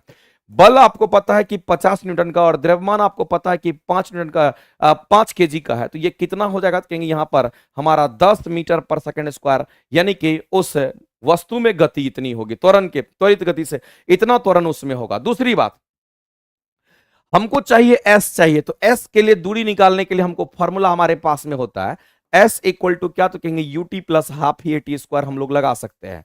और यहां पर ध्यान रखना कि क्वेश्चंस में ये नहीं बोला कि उसका प्रारंभिक वेग क्या होगा, तो हम लोग प्रारंभिक वेग को 0 मान करके चलेंगे। जब गाड़ी रुका हुआ होगा तो उस समय कंडीशंस, क्योंकि कुछ नहीं बोला प्रारंभिक, तो 0 मान के चलेंगे, तो कहेंगे प्रारंभिक वेग का मान 0 हो गया। अब हमारे पास क्या होगा, कहेंगे हाफ हो गया, त्वरण का मान हमने निकाल लिया 10, और कितना टाइम ले रहा था, इतना मिनट की बात कर रहा है। इसको अगर हम लोग टाइम को कन्वर्ट करेंगे तो कहेंगे ये हमारा 60/12, इतना क्या होगा मेरे भाई, तो सेकंड होगा। इसका मतलब है कि 12 पंचा 60 यानी कि 5 सेकंड, क्योंकि मिनट को सेकंड बदलेंगे तो 60 से गुना करते हैं, तो 5 सेकंड आ गया। और अब 5 का स्क्वायर कितना लिखेंगे, तो यहां पर 25 लिख दिए, और 2 से इसको काट दिए, तो 25 पंचा कितना होगा, तो कहेंगे 125 हमारा मीटर हो गया। अब यहां पर क्लियर हो गया कि 125 मीटर की बात कर रहे हैं, और बल कितना न्यूटन का, तो 50 न्यूटन का। और ध्यान रखना ये कितना, तो 125 मीटर। और मेरे भाई एक बात जान लीजिए, ये हमारा 50 गुना अगर 125 करेंगे तो 125 पंचा 625, और एक 0 है बैठा देंगे, और इतना क्या, तो कहेंगे बल का यूनिट न्यूटन, और इसका यूनिट क्या, तो मीटर। और ध्यान रखना कि 6250 न्यूटन पर न्यूटन मीटर को हम लोग जूल भी कहते हैं। तो ये हमारा क्या, तो कहेंगे गतिज ऊर्जा में वृद्धि होगी, यानी कि 6250 जूल एनर्जी की क्या होगी, तो कहेंगे यहां पर वृद्धि हो जाएगी। इस बात को आप ध्यान रखना, क्वेश्चंस आपके ऐसे ही पूछे गए हैं, ठीक है। तो ये फॉर्मूला जो है, कभी कभी ये फॉर्मूला आपके एग्जाम में आता है और इस पर पूछता है, जल्दी दिमाग में स्ट्राइक नहीं करेगा, लेकिन अगर आप यूज टू हैं, क्वेश्चंस बना रहे हैं लगातार, तो आपको ये चीज दिमाग में आ जाएगा। लेकिन ध्यान रखना ये कब आता है, जब आपको बोलेगा कि कोई बल लगा करके किसी वस्तु की गति में परिवर्तन कर दिए, तो कितना परिवर्तन हो गया, तो ये पूछेगा। या फिर अगर वस्तु में बल लगा करके एक वस्तु की गति में परिवर्तन कर दिए, तो कितना कार्य करना पड़ा होगा, तो कार्य का यही फॉर्मूला होता है चेंज इन काइनेटिक एनर्जी, ध्यान रखना। और ये वहीं से आया है और कहीं से नहीं। आगे बढ़ते हैं, अगला क्वेश्चंस भी आपका लॉजिकल है, और ऐसे क्वेश्चंस को बनाने के लिए आपको कंसेप्ट चाहिए। विदाउट कंसेप्ट का ये नहीं बनेगा। इसमें दो मामला आपके सामने है। कह रहे हैं मेरे भाई एक द्रव की बूंद की बात कर रहा है, और द्रव की बूंद कहने का मतलब पानी मान लो। द्रव को क्या मान लेना है यहां पर, तो पानी मान के चलना है। ये जो हमारा द्रव है इसको क्या मान लेंगे, तो इसको पानी मान लेते हैं। और एक साबुन के बुलबुले की बात करते हैं, तो एक क्लियर हो गया कि एक पानी की बूंद है और एक साबुन का बुलबुला है, लेकिन दोनों की जो रेडियस है, दोनों की त्रिज्या कैसी है, तो समान है। इसका मतलब है कि हम लोग कह सकते हैं मेरे भाई, यहां पर मान लेते जो द्रव हमने यहां पर चूज किया, मैंने कह दिया कि मेरे भाई पानी मान लेना, जनरली पानी, कुछ नहीं लिखा तो पानी मान लेना। और दूसरा हमारा कौन सा, तो कहेंगे यहां पर साबुन की बात करते हैं। तो एक बात जान लीजिए मेरे भाई कि द्रव की बात करते हैं या साबुन की बात करते हैं, अगर इसके बुलबुला की अगर हम बात करते हैं, तो एक बात जान लीजिए कि बुलबुला तभी बनेगा, इसका भी बुलबुला तभी बनेगा, इन दोनों का बुलबुला तभी बनेगा मेरे भाई जब हमारा प्रेशर में अंतर होता है। और कहेंगे अगर द्रव या पानी का बुलबुला बनता, कोई दिक्कत नहीं, बुलबुला गोलाकार होगा। इसका भी बुलबुला गोलाकार होगा। इसके अंदर का प्रेशर मान लेते हैं इनिशियल पी है और बाहर का प्रेशर मान लेते हैं P0 है, एटमॉस्फेरिक प्रेशर, आउटर प्रेशर, या अंदर का प्रेशर पी और बाहर का प्रेशर हमारा कितना, तो कहेंगे हमारा P0 इनसाइड और आउटसाइड। तो जाहिर सी बात है प्रेशर में डिफरेंस होगा और बुलबुला तभी बनेगा जब अंदर का दाब ज्यादा होता है। इसका मतलब ये दाब ज्यादा और ये दाब कम होगा, इसका मतलब दाब में अंतर होगा और दाब में अंतर को डेल्टा पी से लिखाते हैं। और अगर ये हमारा पानी की बात कर रहे हैं, किसकी बात कर रहे हैं मेरे भाई, पानी की बात कर रहे हैं, और इसकी त्रिज्या कितनी, तो मान लेना कि इसके डायमीटर की अगर बात करते हैं वो मान लेना d है। तो यहां पर हमारा कितना, तो पानी के लिए कितना होगा, तो कहना ये डायरेक्ट फॉर्मूला होता है 4 सिग्मा अपन में d। अब सेम इसके लिए भी होगा, तो इसके अंदर का प्रेशर इसका अपना डायमीटर होगा, मान लेते इसका डायमीटर कितना d, लेकिन इसके इनसाइड प्रेशर पी और आउटसाइड प्रेशर P0।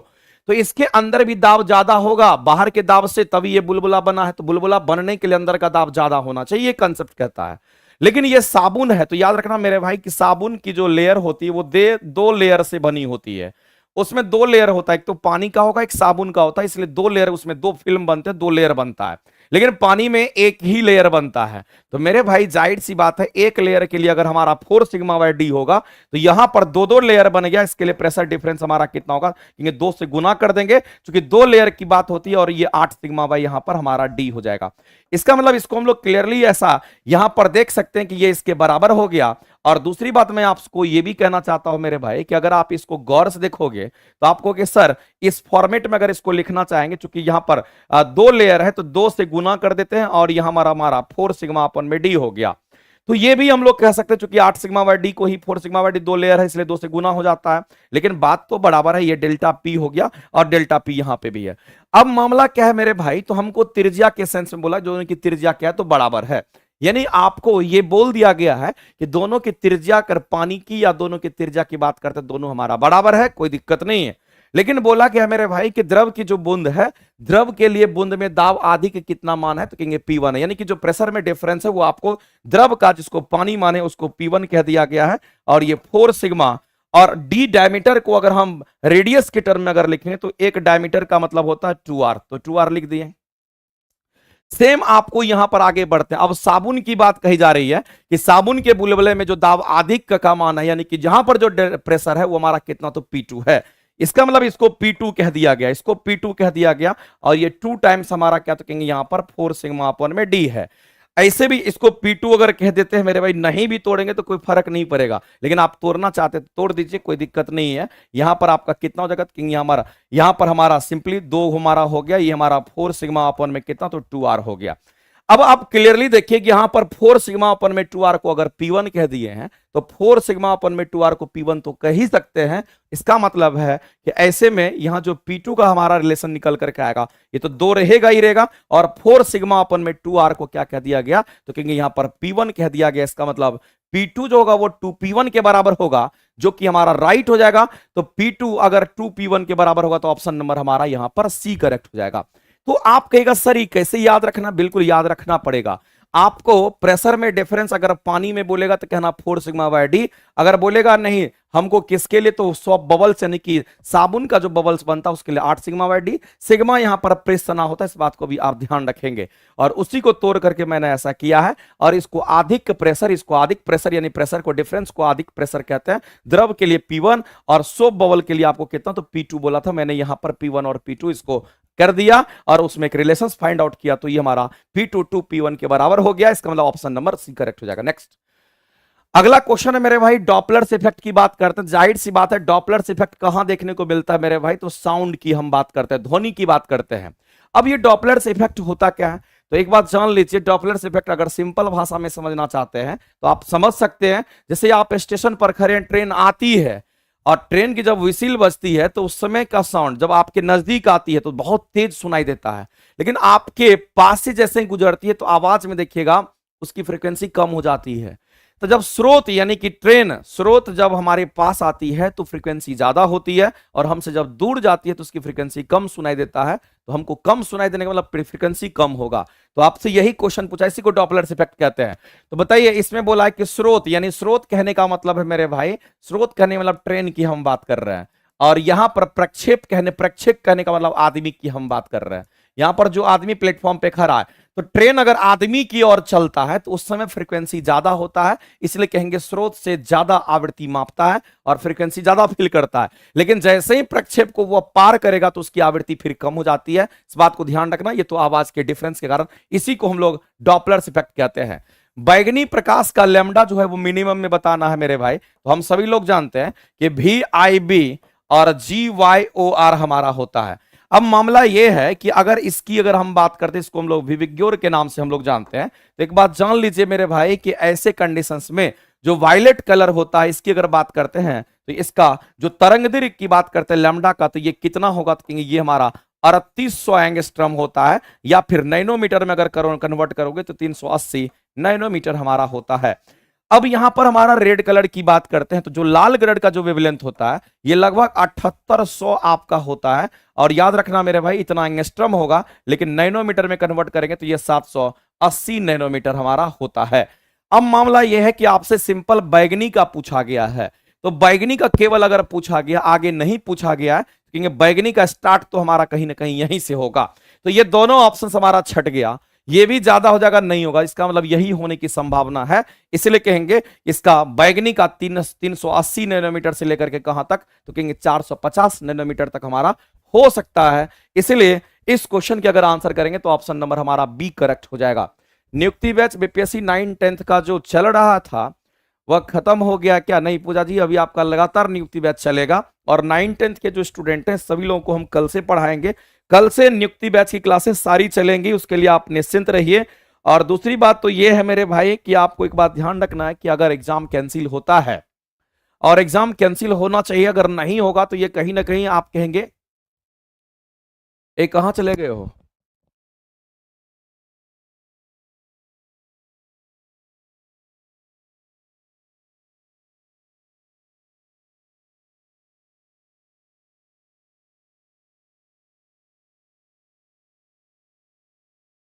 तो आपका जो क्लास है वो एकदम चलेगा, कल से एकदम चलेगा, और कल से सारा सब कुछ शेड्यूल वे में चलेगा, कहीं से कोई टेंशन लेने की जरूरत नहीं है।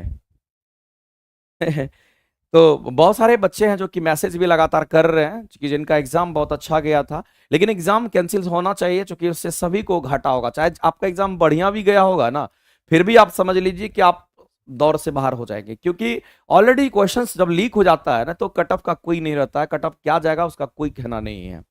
हाँ, 2100 वाला जो क्वेश्चन है बसंत जी, वो आपको मिसलेनियस वाला क्वेश्चन आपको मिलेगा प्लेटफॉर्म बाय नवीन कुमार सिंह एप्लीकेशन पे जाइएगा, और प्लेटफॉर्म बाय नवीन कुमार सिंह एप्लीकेशन पे जाके सिर्फ 2100 सर्च कीजिएगा, आ जाएगा। ठीक है, वहां से आप जाकर के जुड़ करके उसमें सारे क्लासेस अवेलेबल हैं। और चूंकि इस बार जो मैंने बैच दिया था इससे बहुत सारे बच्चे को फायदा हुआ था, बहुत बेनिफिट हुआ था, इसीलिए पिछले बार भी मैंने दिया था तो वहां भी बहुत को बेनिफिट हुआ था, इस बार भी मैंने दिया, इस बार मैंने दायरा बढ़ा दिया, क्वेश्चंस का एक्युमुलेशन ज्यादा हो गया, तो उससे बाहर क्वेश्चंस नहीं आएगा, ये भी श्योर हम कह देना चाहते हैं। एक आध क्वेश्चन आपका इधर उधर हो जाता है तो उसके लिए कुछ कह नहीं सकते हैं, लेकिन मैक्सिमम क्वेश्चन आपका वहीं से मिल जाता है आपको। हाँ, अच्छा, कोई दिक्कत नहीं अतुल कुमार जी, हाँ उसका भी क्वेश्चंस लीक हुआ है पता है हमको, लेकिन इस तरह से अगर घटना घटती है तो ये कहीं ना कहीं बहुत ही निंदनीय है, यानी आप ये कह सकते हैं कि ये शर्मसार करने वाली घटना है। तो इससे बहुत सारा प्रश्न चिन्ह लगता है, आयोग पर लगता है, हर चीज पर लगता है, सिस्टम पे लगता है, और ऐसे में किसी को इस सिस्टम से विश्वास खत्म होने लगता है। तो अगर सही चीज है, सबकी चीज की अगर पुष्टि सही से हो जाती है, चूंकि ऐसा हुआ है, ऐसा पता चला है एग्जाम से पहले अगर ये सब चीज हुआ है, तो एग्जाम कैंसिल करना ही पड़ेगा, चाहे जिस परिस्थिति में वो करे, तो करना तो पड़े करेगा, नहीं करने का कोई सवाल नहीं बनता है। फ्रस्ट्रेट नहीं होना, खुश रहिए, बस यही समझिए मेरे भाई, जो होगा देख लेंगे। ठीक है, चलिए। हाँ, क्वेश्चन तो एग्जाम लीक हो जाता है, लेकिन ऐसा होना नहीं चाहिए। इससे पहले देखिए थोड़ा ठीक हो गया था, लेकिन बीच में फिर अचानक ऐसा हो गया, तो ये सब है कि सिस्टम का ही दोष कहिए, चूंकि सिस्टम से अगर कहीं पर लीक होती है तो वो सिस्टम की ही गड़बड़ी है। हमको अगर खाने को मिलेगा, अगर मान लीजिए कहीं से खाना निकलवे नहीं करेगा, एवे नहीं करेगा, तो हम खाएंगे कहाँ से? अगर मेरे पास अगर खाना आएगा तो जाहिर सी बात आदमी खाने की कोशिश करेगा, तो हम लोग उसके लिए बहुत दोषी नहीं है, दोषी वो लोग हैं जो उसको लीक किए हैं, जो उस आदमी तक वो पहुंचाने का काम किए हैं, वो लोग दोषी है, उनके ऊपर कड़ी से कड़ी सजा होनी चाहिए। ठीक है, हाँ बिल्कुल, दोनों शिफ्ट में रद्द होना चाहिए, ये तो आप भी कह रहे हैं और पूरी दुनिया कह रही है, जो देख रही है वो सभी कह रही है कि अगर ऐसा हुआ है तो कौन जानता है कि कौन नहीं लिखवा, कौन हुआ है। इसलिए दोनों शिफ्ट के एग्जाम को कैंसिल करना चाहिए और बहुत ही जल्द तिथि जारी करके उनका एग्जाम ले लेना चाहिए। ठीक है, बीपीएससी ऐसा मान रहा है, वो आपको नहीं लगता कि वो न्यूज आपका सही है? क्योंकि अब जब तक ऑफिशियल नोटिफिकेशन नहीं आ जाता है तब तक कुछ नहीं होगा, और ऑफिशियल नोटिफिकेशन आएगा तो हम समझ लीजिए कि बहुत बड़ा आंदोलन हो जाएगा स्टार्ट। आंदोलन, बहुत बड़ा आंदोलन स्टार्ट होगा बीपीएससी के लिए, क्योंकि आपको पता होना चाहिए बीपीएससी का एग्जाम का पेपर क्वेश्चन लीक हुआ है। ये कोई छोटा मोटा एग्जाम का क्वेश्चन लीक नहीं हुआ है। अगर ऑफिशियल नोटिफिकेशन जब तक नहीं आएगा तब तक हम लोग उस पर विश्वास नहीं करेंगे। ऐसे बहुत कुछ हमारे वायरल हो जाते हैं, फर्जी भी घूमने लगता है, व्यू बटोरने के लिए लोग ऐसा करते हैं, लेकिन ऐसा जब तक हम लोग देखेंगे नहीं तब तक कुछ नहीं कर सकते हैं। जब तक आप अपनी आंखों से ऑफिशियल वेबसाइट पर नहीं देख लीजिए तब तक आप कुछ नहीं कर सकते हैं। हाँ, ऐप में कुछ परेशानियां चल रही है पूजा जी, इसीलिए आपका नहीं खुल रहा होगा। ऐप थोड़ा बहुत ठीक हो जाएगा, ऐप में कुछ मेंटेनेंस काम चल रहा है, इसीलिए अपडेट मांग रहा होगा, थोड़ा देर में ठीक हो जाएगा तो उसके बाद कर लीजिएगा। सारी क्लासेस कल से होंगी, सारी क्लासेस कल से होंगी, कल से हम लोग तैयार रहेंगे और कल से अपनी क्लासेस को कंटिन्यू करेंगे, ठीक है। चलिए, ये बिहार एसएससी का डिस्कशन है जिसके बारे में हम लोग बात कर रहे थे। तो बिहार एसएससी में ये क्वेश्चन पूछा कि न्यूनतम तापमान यानी लोएस्ट टेम्परेचर की बात करते हैं, पैदा करने के लिए निम्नलिखित में से किस सिद्धांत का हम लोग इस्तेमाल करते हैं। मेरे भाई एक बात जान लीजिए, यहां पर दो बातें आपके सामने आएगी। एक तो हमारा सेमीकंडक्टर की बातें आती है, और सेमीकंडक्टर को हम लोग क्या कहते हैं तो याद रखना है, इसी सेमीकंडक्टर को हम अर्धचालक के नाम से जानते हैं। इसी को हम लोग क्या कहते हैं मेरे भाई, तो अर्धचालक कहते हैं सेमीकंडक्टर को। अब मामला यह है कि अगर कोई सेमीकंडक्टर है, अगर इतना तापमान, इतना न्यूनतम तापमान जिसको हम 0 केल्विन कहते हैं, जिसको परम शून्य तापमान के नाम से जानते हैं, इससे नीचे तापमान आज तक जाता ही नहीं है। पूरा ब्रह्मांड का सबसे नीचे का तापमान होता है जिसको परम शून्य तापमान हम कहते हैं। अगर इस परम शून्य तापमान की बात करते हैं तो याद रखना मेरे भाई, इस तापमान पर, परम शून्य तापमान पर याद रखना कि अगर मैं बात करूं तो जो सेमीकंडक्टर, जो अर्धचालक है, वो हमारा इंसुलेटर बन जाता है। वही अर्धचालक हमारा क्या बन जाएगा मेरे भाई, तो यहां पर इंसुलेटर बन जाता है। और इंसुलेटर क्या करता है, तो इसको हम लोग विद्युत रोधी मानते हैं।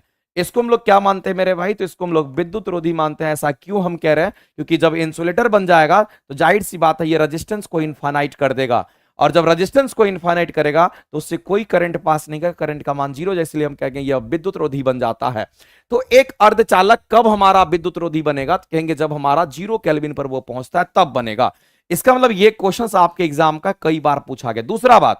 दूसरा जो क्वेश्चन आपसे पूछता है वो भी जान लीजिए, आपसे पूछेगा मेरे भाई सुपर कंडक्टर के बारे में। तो ध्यान देना, अगर सुपर कंडक्टर की हम बात करते हैं, एक बात आप जान लीजिए, जिसको अति चालक हम कहते हैं। सुपर कंडक्टर को हम क्या कहेंगे, तो इसको अति चालक कहते हैं। और एक बात जान लीजिए, जो हमारा सुपर कंडक्टर है, मेरा अति चालक होता है मेरे भाई, इस चीज के लिए आप एक निश्चिंत हो जाइए कि सुपर कंडक्टर की रेसिस्टिविटी 0 होती है। और सुपर कंडक्टर का रेसिस्टिविटी अगर 0 होता है तो ये याद रखना मेरे भाई, ये लोएस्ट टेम्परेचर पर, निम्न तापमान पर ऐसा होता है। ये किस तापमान पर होगा, तो याद रखना ये निम्न तापमान पर हमारा इसकी रेसिस्टिविटी 0 होती है, और हम कहते हैं इसका रेजिस्टेंस भी 0 हो जाता है। ध्यान रखना, लोएस्ट टेम्परेचर अगर कोई पैदा कर सकता है तो क्योंकि हमारा सुपर कंडक्टर ही कर सकता है इसमें से, तो ऑप्शन नंबर हमारा ए करेक्ट हो जाएगा। ध्यान रखेंगे, इसी का प्रिंसिपल हमारा कर सकता है। बाद बाकी आगे बढ़ते हैं। अगला राजधानी बैच, यहां पर आप देख पा रहे होंगे, जो लोग रेलवे की तैयारी करते हैं उनके लिए पर्सनली वो बैच है। राजधानी बैच आपका किसके किसके लिए है, तो याद रखना एएलपी के लिए जो तैयारी करते होंगे, टेक्नीशियन की तैयारी करते होंगे, आरपीएफ की तैयारी करते होंगे, जेई का, एनटीपीसी का 2-2 फेज में एग्जाम होगा, ग्रुप डी का, यानी कि रेलवे के किसी भी एग्जाम की अगर कोई तैयारी करते होंगे तो आप इसको रिकमेंड कर सकते हो कि हम यहां पर रेलवे वस्तुनिष्ठ सामान्य विज्ञान का चैप्टर वाइज जो रुक्मणी पब्लिकेशन की बुक आई है, इसमें क्वेश्चंस एक्चुअली में आप देखिएगा तो पूरा जितना भी रेलवे का क्वेश्चंस एग्जाम हुआ है इधर रिसेंट में 2018 से लेकर के 22 तक का, उसमें आप देखिएगा 2018 से 22 के जो भी क्वेश्चंस आपके पूछे गए हैं, या भौतिक विज्ञान का, रसायन विज्ञान का, जीव विज्ञान का, पर्यावरण का, विज्ञानिक प्रौद्योगिकी का और हमारा कंप्यूटर का, तो ये सभी के सभी क्वेश्चंस इसमें है। और ये 2018 से लेकर के 22 के बीच में ही क्वेश्चंस आपका पूछा गया है। और इसी में से जो बढ़िया क्वेश्चंस हमारा है उसको हमने कलेक्ट किया है, राजधानी बैच में इंक्लूड किया है। और ये 3000 एमसीक्यू को हम कल से स्टार्ट करेंगे। कल यानी आपका 18 मार्च, कल से ये स्टार्ट हो रहा है। शाम में आपका 2 से 3 PM दोपहर में आपका स्टार्ट होगा। जिनको लगेगा कि रेलवे की तैयारी कर रहे हैं, आप वहां से जुड़ करके अपने तैयारी को बेहतर कर सकते हैं, इसमें कहीं से कोई दिक्कत नहीं है। बीपीएससी ने कोई ठोस सबूत नहीं मिला, अच्छा तो ठोस सबूत बसंत जी नहीं मिला है तो आंदोलन होगा, आंदोलन करेंगे। नहीं आंदोलन करिएगा, चुप रहिएगा तो कुछ नहीं होना है। और इतना बड़ा स्कैम को अगर कोई दबाया जा रहा है तो समझिए तानाशाही सरकार है, फिर आप इसके लिए कुछ कर नहीं सकते हैं, फिर तो हम लोगों को सामने आना पड़ेगा। प्रीवियस ईयर पंकज गुप्ता जी चल रहा है, प्रीवियस ईयर क्वेश्चन जो है वो भी चल रहा है, आप देखिएगा प्लेटफॉर्म बाय नवीन कुमार सिंह एप्लीकेशन पर, देखिएगा बिहार एसएससी के लिए भी चल रहा है। अगला क्वेश्चन हमारा है, एक्स किरण का उपयोग क्रिस्टल संरचना के लिए करते हैं। जाहिर सी बात है मेरे भाई, मेटल डिटेक्शन में इसका इस्तेमाल करते हैं। तो एक्सरे हमारा जो था ये विद्युत चुंबक के तरंग होता है, इस बात को ध्यान रखना। ये कैसी तरंग है तो याद रखना ये विद्युत चुंबक के तरंग होता है, एक्सरे की हम बात कर रहे हैं। और दूसरी बात ध्यान रखना मेरे भाई, अगर कोई विद्युत चुंबकीय तरंग होती है तो वह कैसी तरंग होगी, तो याद रखना ये अनुप्रस्थ तरंग होता है। मैं एक लाइन में कहना चाहता हूं, क्वेश्चंस ऐसे ही पूछे जाते हैं। और जो विद्युत चुंबकीय तरंग होगा उसमें कोई आवेश नहीं होगा, इसका मतलब ये हमारा आवेशहीन होगा। अब मामला यहां नहीं रुका, मामला यह है मेरे भाई, अगर एक्सरे की अगर हम बात करते हैं, इसका इस्तेमाल, इसका उपयोग हम लोग कहां पे करते हैं, तो एक्सरे का इस्तेमाल कहां पे करेंगे, तो एक बात जान लीजिए, टूटी हुई हड्डी का पता लगाने के लिए। ध्यान रखना मेरे भाई, टूटी हुई हड्डी जो होता है, टूटी हुई हड्डी वगैरह का पता लगाने के लिए यहां पे करते हैं। दूसरा बात याद रखना मेरे भाई कि मेटल डिटेक्शन में इसका इस्तेमाल करते हैं। इसमें कहां पे, तो मेटल डिटेक्शन की हम बात करते हैं, जिसको क्रिस्टलीय संरचना की बात करते हैं, उसका पता लगाने के लिए हम लोग किसका इस्तेमाल करते हैं, एक्सरे का। अब अगर मेटल डिटेक्शन जिसको हम लोग यहां पर क्रिस्टल संरचना का पता लगाने के लिए यहां पर बात कर रहे हैं मेरे भाई, तो ध्यान रखना ये जो हमारा क्रिस्टल संरचना की हम बात कर रहे हैं, जो हमारा क्रिस्टल संरचना का पता लगाने की हम अगर बात कर रहे हैं, तो एक बात जान लीजिए मेरे भाई, इसको पता लगाने के लिए मेटल हम लोग एक्सरे का ही इस्तेमाल करते हैं। लेकिन एक चीज ध्यान में रखना पड़ेगा कि एक्सरे है, विद्युत चुंबकीय तरंग है, और विद्युत चुंबकीय तरंग हमारा साइनोसोडल वेव में चलता है, ऊपर नीचे ऐसे चलता है, प्रोपेगेट करता है। तो जाहिर सी बात है ऊपर नीचे अगर प्रोपेगेट करेगा तो इसका अपना वेवलेंथ होगा, तो यहां से लेकर के यहां तक की जो लंबाई होती है इसको वेवलेंथ कहते हैं, जिसको लैम्डा से दिखाते हैं। तो मेरे कहने का मतलब है मेरे भाई, जिस क्रिस्टल के अंदर ये चलेगा वेव, और उस क्रिस्टल के अंदर क्या होगा, तो कहेंगे मॉलिक्यूल्स मॉलिक्यूल्स होंगे, तो उसके मॉलिक्यूल्स के बीच की दूरी हमारा लैम्डा अगर है, यानी यहां भी ये लैम्डा अगर ये दोनों बराबर हो जाता है, तो ऐसी परिस्थिति में हम कहते हैं एक्सरे का अच्छे प्रॉपर वे में वो इस्तेमाल कर पाया है। इसीलिए जब भी हम इसका इस्तेमाल करते हैं तो ये ध्यान में रखा जाता है, इसकी जो वेवलेंथ होती है, जिस क्रिस्टल संरचना का पूरी तरीके से आपको अध्ययन करना होगा, तो उनके मॉलिक्यूल्स के बीच की दूरी क्या होनी चाहिए, इसके वेवलेंथ के बराबर होना चाहिए। तो आप कहेंगे सर एक्स किरण में से कौन सा हो जाएगा, तो समान कोटि का होना चाहिए। तो एक्स किरण की तरंगदैर्घ्य की हम बात करते हैं, एक्स किरण का जो तरंगदैर्घ्य यहां पर लैम्डा है, क्रिस्टल के अंतर परमाणु दूरी, यानी कि एक परमाणु दूसरे परमाणु के बीच की जो दूरी होनी चाहिए, उसका परिमाण समान कोटि का समान होना चाहिए, यानी कि बराबर होना चाहिए, ध्यान रखेंगे। आगे बढ़ते हैं, पल्सर हमारा क्या है मेरे भाई, तो कहेंगे पल्सर हमारा क्या है, तो तेजी से घूमने वाले तारे का नाम क्या होता है मेरे भाई, यहां पर पल्सर के नाम से हम लोग जानते हैं। एक परमाणु बम जब विस्फोट करता है मेरे भाई, एक बात जान लीजिए, बम विस्फोट की जब बात आती है तो एक बात जान लेना, इसमें संवेग संरक्षण होता है। ये क्वेश्चंस कई बार पूछा गया है, इसमें क्या संरक्षण रहेगा, तो संवेग संरक्षण होता है। बम विस्फोट की जब भी बात होगी तो समझ लेना कि उसमें संवेग संरक्षण होगा, इसमें कहीं से कोई दिक्कत नहीं है।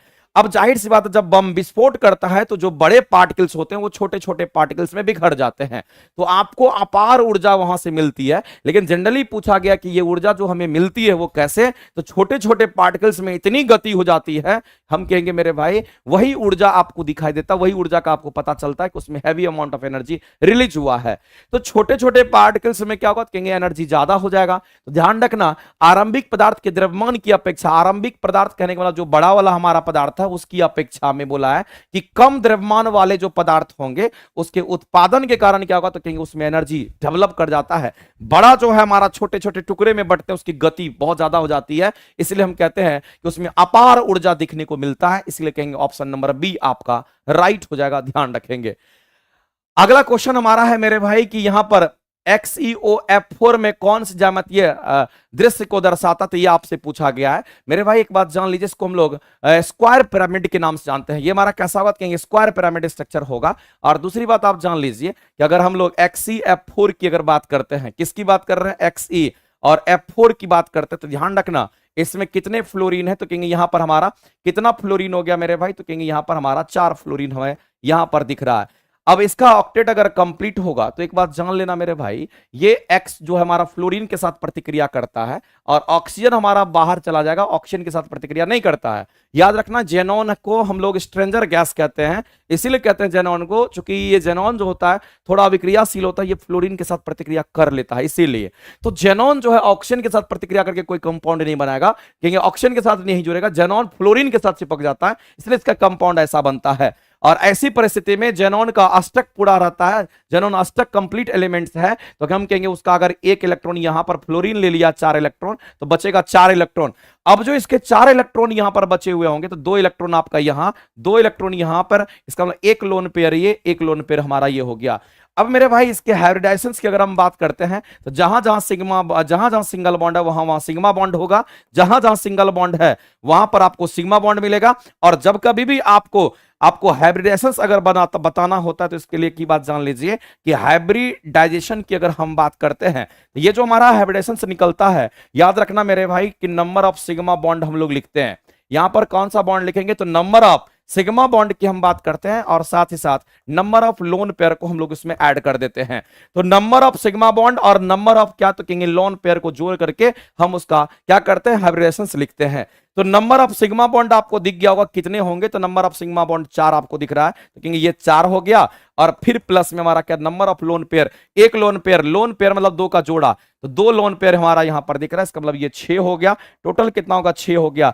अगर 6 हो गया तो इसके लिए हम लोग क्या लिखते हैं, तो इसके लिए हम लोग sp3d2 लिखते हैं, क्योंकि d ऑर्बिटल का 2 और p ऑर्बिटल का 3, तो कहेंगे 3 2 5 और 1 6 हो गया, तो आप इसको sp3d2 कहेंगे, और ये आपका स्क्वायर पिरामिड बनता है। ध्यान रखना, ये भी क्वेश्चंस आपका कई बार पूछता है, लेकिन ध्यान रखना जेनॉन हमारा फ्लोरीन के साथ प्रतिक्रिया करके बनाएगा, इसीलिए हम ऐसा कह रहे हैं, क्योंकि ऑक्सीजन के साथ ये नहीं सटेगा, ये फ्लोरीन के साथ रिएक्ट करके ये क्या बनाता है, तो कहेंगे कंपाउंड का निर्माण करता है। और जेनॉन अगर थोड़ा सा स्ट्रेंजर गैस इसी को बोला जाता है, क्योंकि अगर रिएक्शन भी करेगा तो किससे कर सकता है, तो फ्लोरीन के साथ, क्योंकि फ्लोरीन हमारा हम कहते हैं मोस्ट इलेक्ट्रोनेगेटिव एलिमेंट्स होता है, इसलिए उसके साथ प्रतिक्रिया करेगा, लेकिन ऑक्सीजन के साथ प्रतिक्रिया नहीं करता है, इसीलिए हम कहेंगे यहां पर sp3 हाइब्रिडाइज्ड हमारा d2 हो जाएगा। ध्यान रखेंगे। अगले क्वेश्चंस पर हम लोग बढ़ते हैं। ये क्वेश्चंस आपका बहुत ही बढ़िया क्वेश्चन दिया है, और बोला है कि औसत गतिज ऊर्जा आपको बताना है। तो औसत गतिज ऊर्जा जो आपको बताना है मेरे भाई, वो किसे, यहां पर गैस की बात कर रहा है कि वह किसके समानुपाती है। तो ये गैस के अणुओं की औसत गतिज ऊर्जा बोला, एवरेज काइनेटिक एनर्जी की हम बात करते हैं। तो याद रखना मेरे भाई, एवरेज काइनेटिक एनर्जी के लिए एक फॉर्मूला हमारा होता है मॉलिक्यूल्स के लिए, वह कितना होगा, तो ये बात ध्यान में रखना, ये 3/2 इंटू के इंटू टी होगा। के यहां पर क्या कहेंगे, यहां पर कांस्टेंट टर्म हमारा होता है, और 3/2 ऑलरेडी हमारा कांस्टेंट टर्म है। इसका मतलब है यहां पर जो एवरेज काइनेटिक एनर्जी की हम बात करते हैं, ये समानुपाती टेम्परेचर का होता है, इस बात को आप ध्यान रखना, ये समानुपाती टेम्परेचर का होता है। इसलिए इस क्वेश्चन के ऑप्शन हम क्या करेंगे, तो यहां पर कहेंगे ऑप्शन नंबर हमारा क्या हो जाएगा, तो कहेंगे यहां पर हमारा बी हो जाएगा। लेकिन इसी चीज की अगर हम बात करते हैं मेरे भाई, तो यहां पर काइनेटिक एनर्जी की अगर बात करते हैं, तो एक बात जान लीजिए, आपने कहीं कहीं पर देखा होगा सर, वेलोसिटी जो होता है ये रूट अंडर में किसका होता था, अंडर रूट टी का होता था। यहीं से ये चीज निकल करके आया, उड़ के नहीं आया, आप यहीं से निकाल सकते हैं, क्योंकि काइनेटिक एनर्जी की हम बात करते हैं, तो इस काइनेटिक एनर्जी को हम क्या लिखेंगे, तो यहां पर हाफ एम वी स्क्वायर लिखेंगे, और ये समानुपाती टी। तो ये सब हमारा हाफ एम वी स्क्वायर लिखेंगे, तो ये सब हमारा कांस्टेंट टर्म है। इसका मतलब है मेरे भाई, यहां से वी स्क्वायर अगर टी हो गया, तो हम कहेंगे यहां से वी हमारा समानुपाती अंडर रूट टी का भी हो सकता है। तो वेलोसिटी जो है वो टेम्परेचर का अंडर रूट का समानुपाती होता है, लेकिन काइनेटिक एनर्जी अगर आपसे एवरेज काइनेटिक एनर्जी अगर बोलता है, तब वो टेम्परेचर का डायरेक्टली समानुपाती होता है। कितना लोग जल्दी गति देख करके मार दिया होगा, क्योंकि उसके दिमाग में ई चलता है। तो मेरे भाई आपको सतर्क रहना है, यहां पर बोला क्या है उसके हिसाब से आंसर करना है। तो ये भी सही है, और ये कहां से आया है, तो ये यहीं से आया है, उड़ के नहीं आया है, बस ये जानना है आपको। तो क्वेश्चन के आंसर करेंगे ऑप्शन नंबर बी आपका राइट हो जाएगा।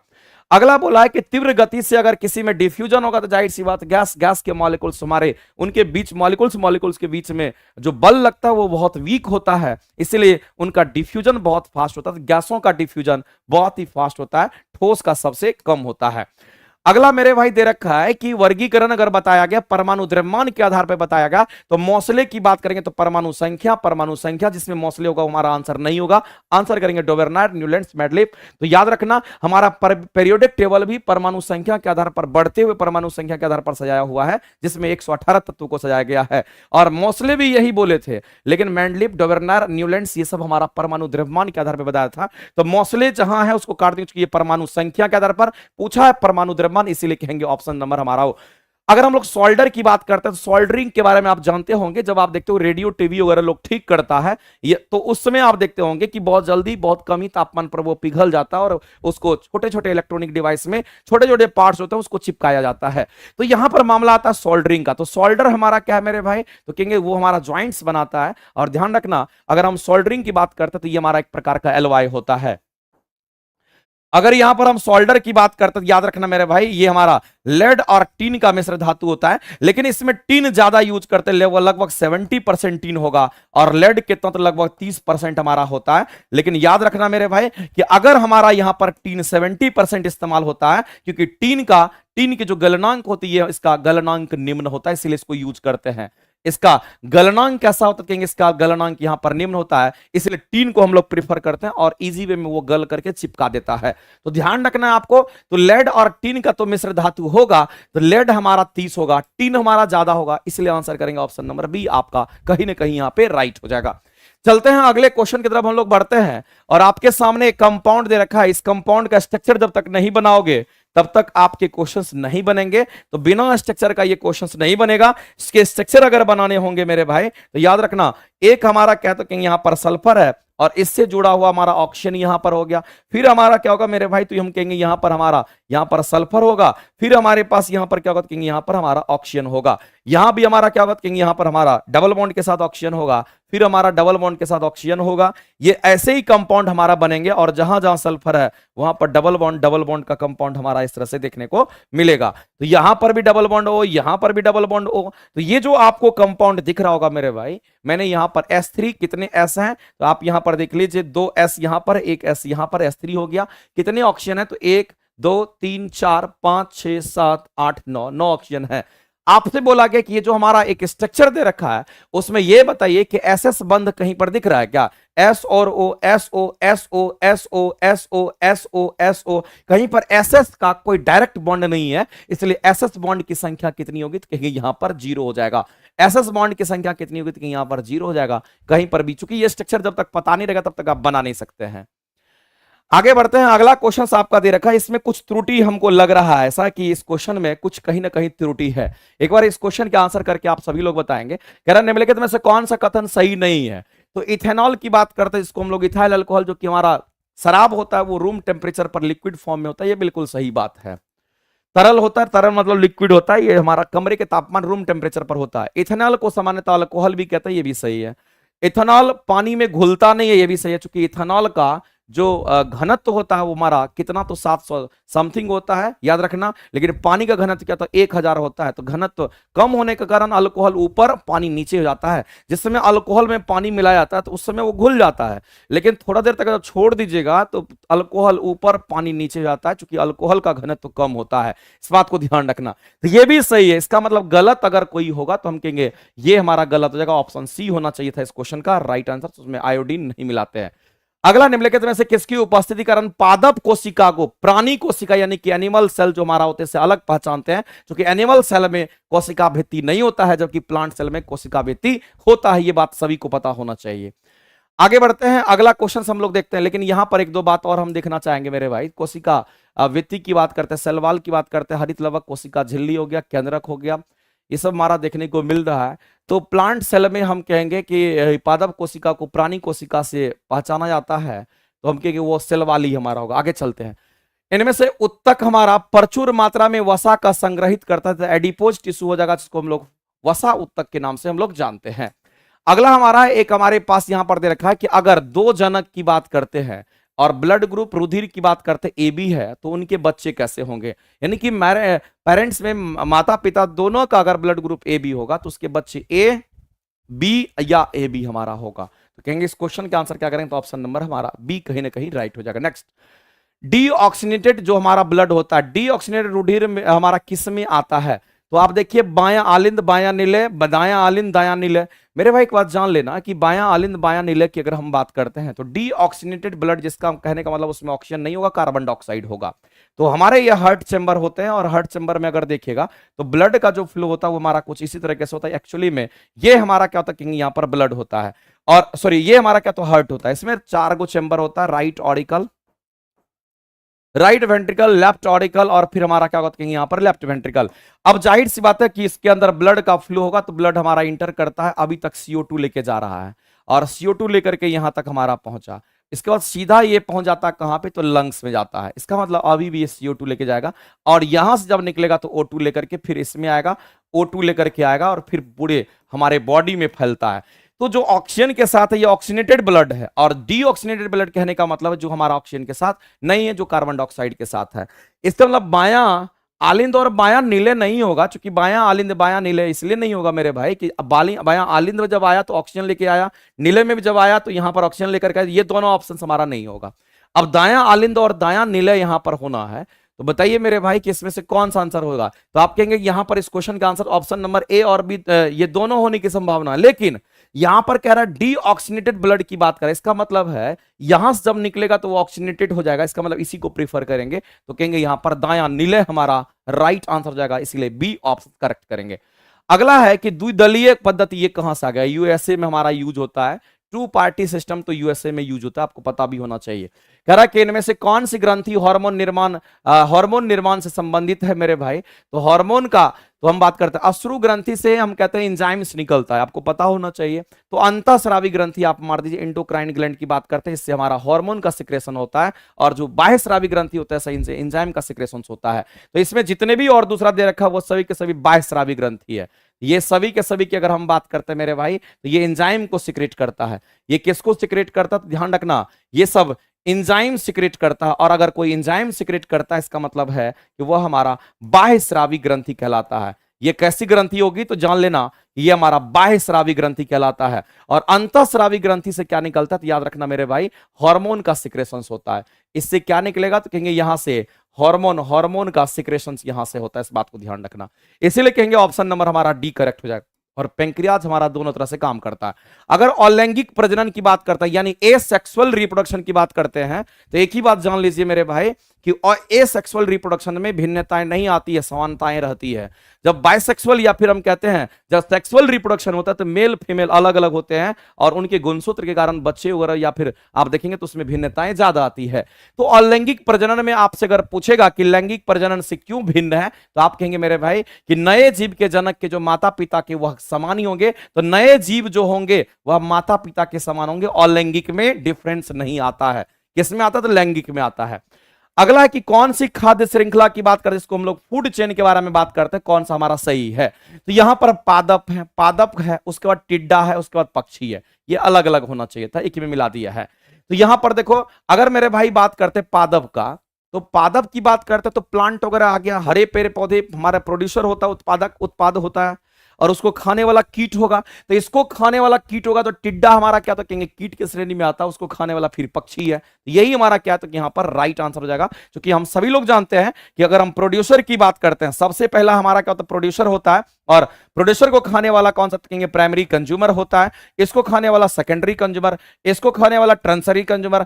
टर्सरी कंज्यूमर सब कुछ को लास्ट में जब सब कुछ खा जाता है उसको डीकंपोजर कहते हैं। और याद रखना मेरे भाई इस डीकंपोजर की जब बात करते हैं इसी में हमारा बैक्टीरिया वगैरह शामिल होता है, यानी कि बैक्टीरिया सड़े गले पदार्थों से अपना भोजन ग्रहण करता है, हमारा कवक वगैरह भी इसमें शामिल होगा। तो कहेंगे डीकंपोजर जो लास्ट में सब कुछ को खा पी जाता है उसको हम कहते हैं। तो याद रखना मेरे भाई इसी वे में वो चलता है। तो पादप को खाने वाला यानी कि यहां पर हमारा हरे पेड़ पौधे पादप होंगे, इसको खाने वाला कौन होगा, तो कहेंगे कीट होगा। और कीट को खाने वाला कौन होगा, तो कहेंगे यहां पर हमारा मेढक वगैरह आ जाता है। तो मेरे भाई कहने का मतलब यह है कि आपसे यही तीनों तक पहुंचा था, क्योंकि ऑप्शन नंबर 1 में ही हमको सही लग रहा है, यही हमारा आंसर होने की संभावना है। आगे चलते हैं और आज का ये लास्ट क्वेश्चन है, देख लीजिए। कह रहा है कि वह पादप आप बताइए जिसमें बीज और फलों के भीतर होता है। मेरे भाई जब बीज बात कर रहा है बीज का, तो जाहिर सी बात है कि इसमें बीज कहां से आएगा, इसमें बीज कहां से आएगा, दुइये को चीज बचा। और फल के भीतर अगर होता है इसका मतलब बीज का बाहरी आवरण होगा। फल के अंदर अगर बीज है इसका मतलब बीज का बाहरी आवरण होगा। जब बीज का बाहरी आवरण होगा तो एंजियोस्पर्म हो जाएगा, क्योंकि हमारे जो जिम्नोस्पर्म होते हैं इसके बीज के बाहरी आवरण नहीं होते हैं, ध्यान रखना। इसमें स्प्रूस, देवदार, चीर ये सब हमारा आता है, ध्यान रखेंगे। और एंजियोस्पर्म क्या है, तो कहेंगे इसके बीज का बाहरी आवरण, चूंकि ये फल के अंदर होता है। आंसर करेंगे ऑप्शन नंबर ए, आपका यहां पर राइट हो जाएगा। तो आपका डिस्कशन जो है मेरे भाई, यहां पर हम लोगों का डिस्कशन अभी कंप्लीट हो गया। ये डिस्कशन आपका बिहार एसएससी के जो क्वेश्चंस थे उसका डिस्कशन हुआ है। जैसा कि आपको पता होना चाहिए कि आपका संडे सैटरडे दोनों दिन आपका टेस्ट होता है, उसका डिस्कशन आपका होना था, वो कंप्लीट हो गया साइंस का। और कल से जो लोग बीपीएससी टीचर वाले बच्चे हैं उनकी क्लासेस कल से कंटिन्यू हम कर देंगे और देखते हैं आयोग का क्या फैसला आता है। अभी तक कुछ कंफर्मेशन नहीं आया, कुछ नहीं कह सकते हैं, लेकिन हमको ऐसा लग रहा है कि एग्जाम कैंसिल होना चाहिए और आपको भी ऐसा लगना चाहिए। जब तक एग्जाम कैंसिल नहीं होगा तब तक कैसे मान लेंगे कि हमारा रिजल्ट होने की संभावना है, क्योंकि आपको पता होना चाहिए मेरे भाई, अगर एग्जाम कैंसिल नहीं हुआ तो फिर बहुत बड़ा आंदोलन हो जाएगा। और अब तक में बीपीएससी को कर देना चाहिए, इतना बड़ा स्कैम हो सकता है कि उसके बारे में जानने के लिए उसका साक्ष्य खोज रहे होंगे, सही सटीक साक्ष्य मिल जाए, लेकिन सही सटीक साक्ष्य तो दिख रहा है, आंखों के सामने दिख रहा है। तो अगर ऐसी बात है तो एग्जाम को कैंसिल कर देना चाहिए था बीपीएससी टीचर का, और नए सिरे से जो बच्चे तैयारी कर रहे हैं कम से कम इतनी तसल्ली के साथ तैयारी करते कि आगे ये चीज नहीं होगा। अब अगर किसी का सिलेक्शन नहीं होगा तो जाहिर सी बात वो सरकार को ही कोसेंगे, और कुछ कम नंबर से अगर किसी का नहीं होगा तो किसको कोसेंगे। तो जाहिर सी बात है मेरे भाई कि अगर सिस्टम का दोष है तो सिस्टम को ये बात एक्सेप्ट करके और तुरंत एग्जाम को कैंसिल करना चाहिए। जब तक ऑफिशियल नोटिफिकेशन नहीं आ जाता है बीपीएससी टीचर वालों के लिए तब तक कुछ नहीं कर सकते हैं। वैसे हमको लगता है कि रात तक में आपको कुछ ना कुछ ऑफिशियल नोटिफिकेशन आ जाना चाहिए, जिसके हिसाब से एग्जाम को कैंसिल एकदम श्योर कर देना चाहिए। ठीक है, चलिए बहुत बहुत धन्यवाद मेरे भाई। हाँ, कैंसल होगा, प्रेशर बनेगा तब। मैन है कि अभी जो है आपका आचार संहिता भी लागू हो गया तो मामला थोड़ा कहीं ना कहीं दयनीय है। का होगा न होगा क्या जानता है, तो यहाँ पर कहीं ना कहीं थोड़ा सा दिक्कत वाला मामला है। देखो अगर हो जाता है तो बहुत अच्छी बात है। ठीक है, चलो बहुत बहुत धन्यवाद। ये हमारा साइंस का डिस्कशन खत्म हुआ। इसके बाद किसका डिस्कशन है?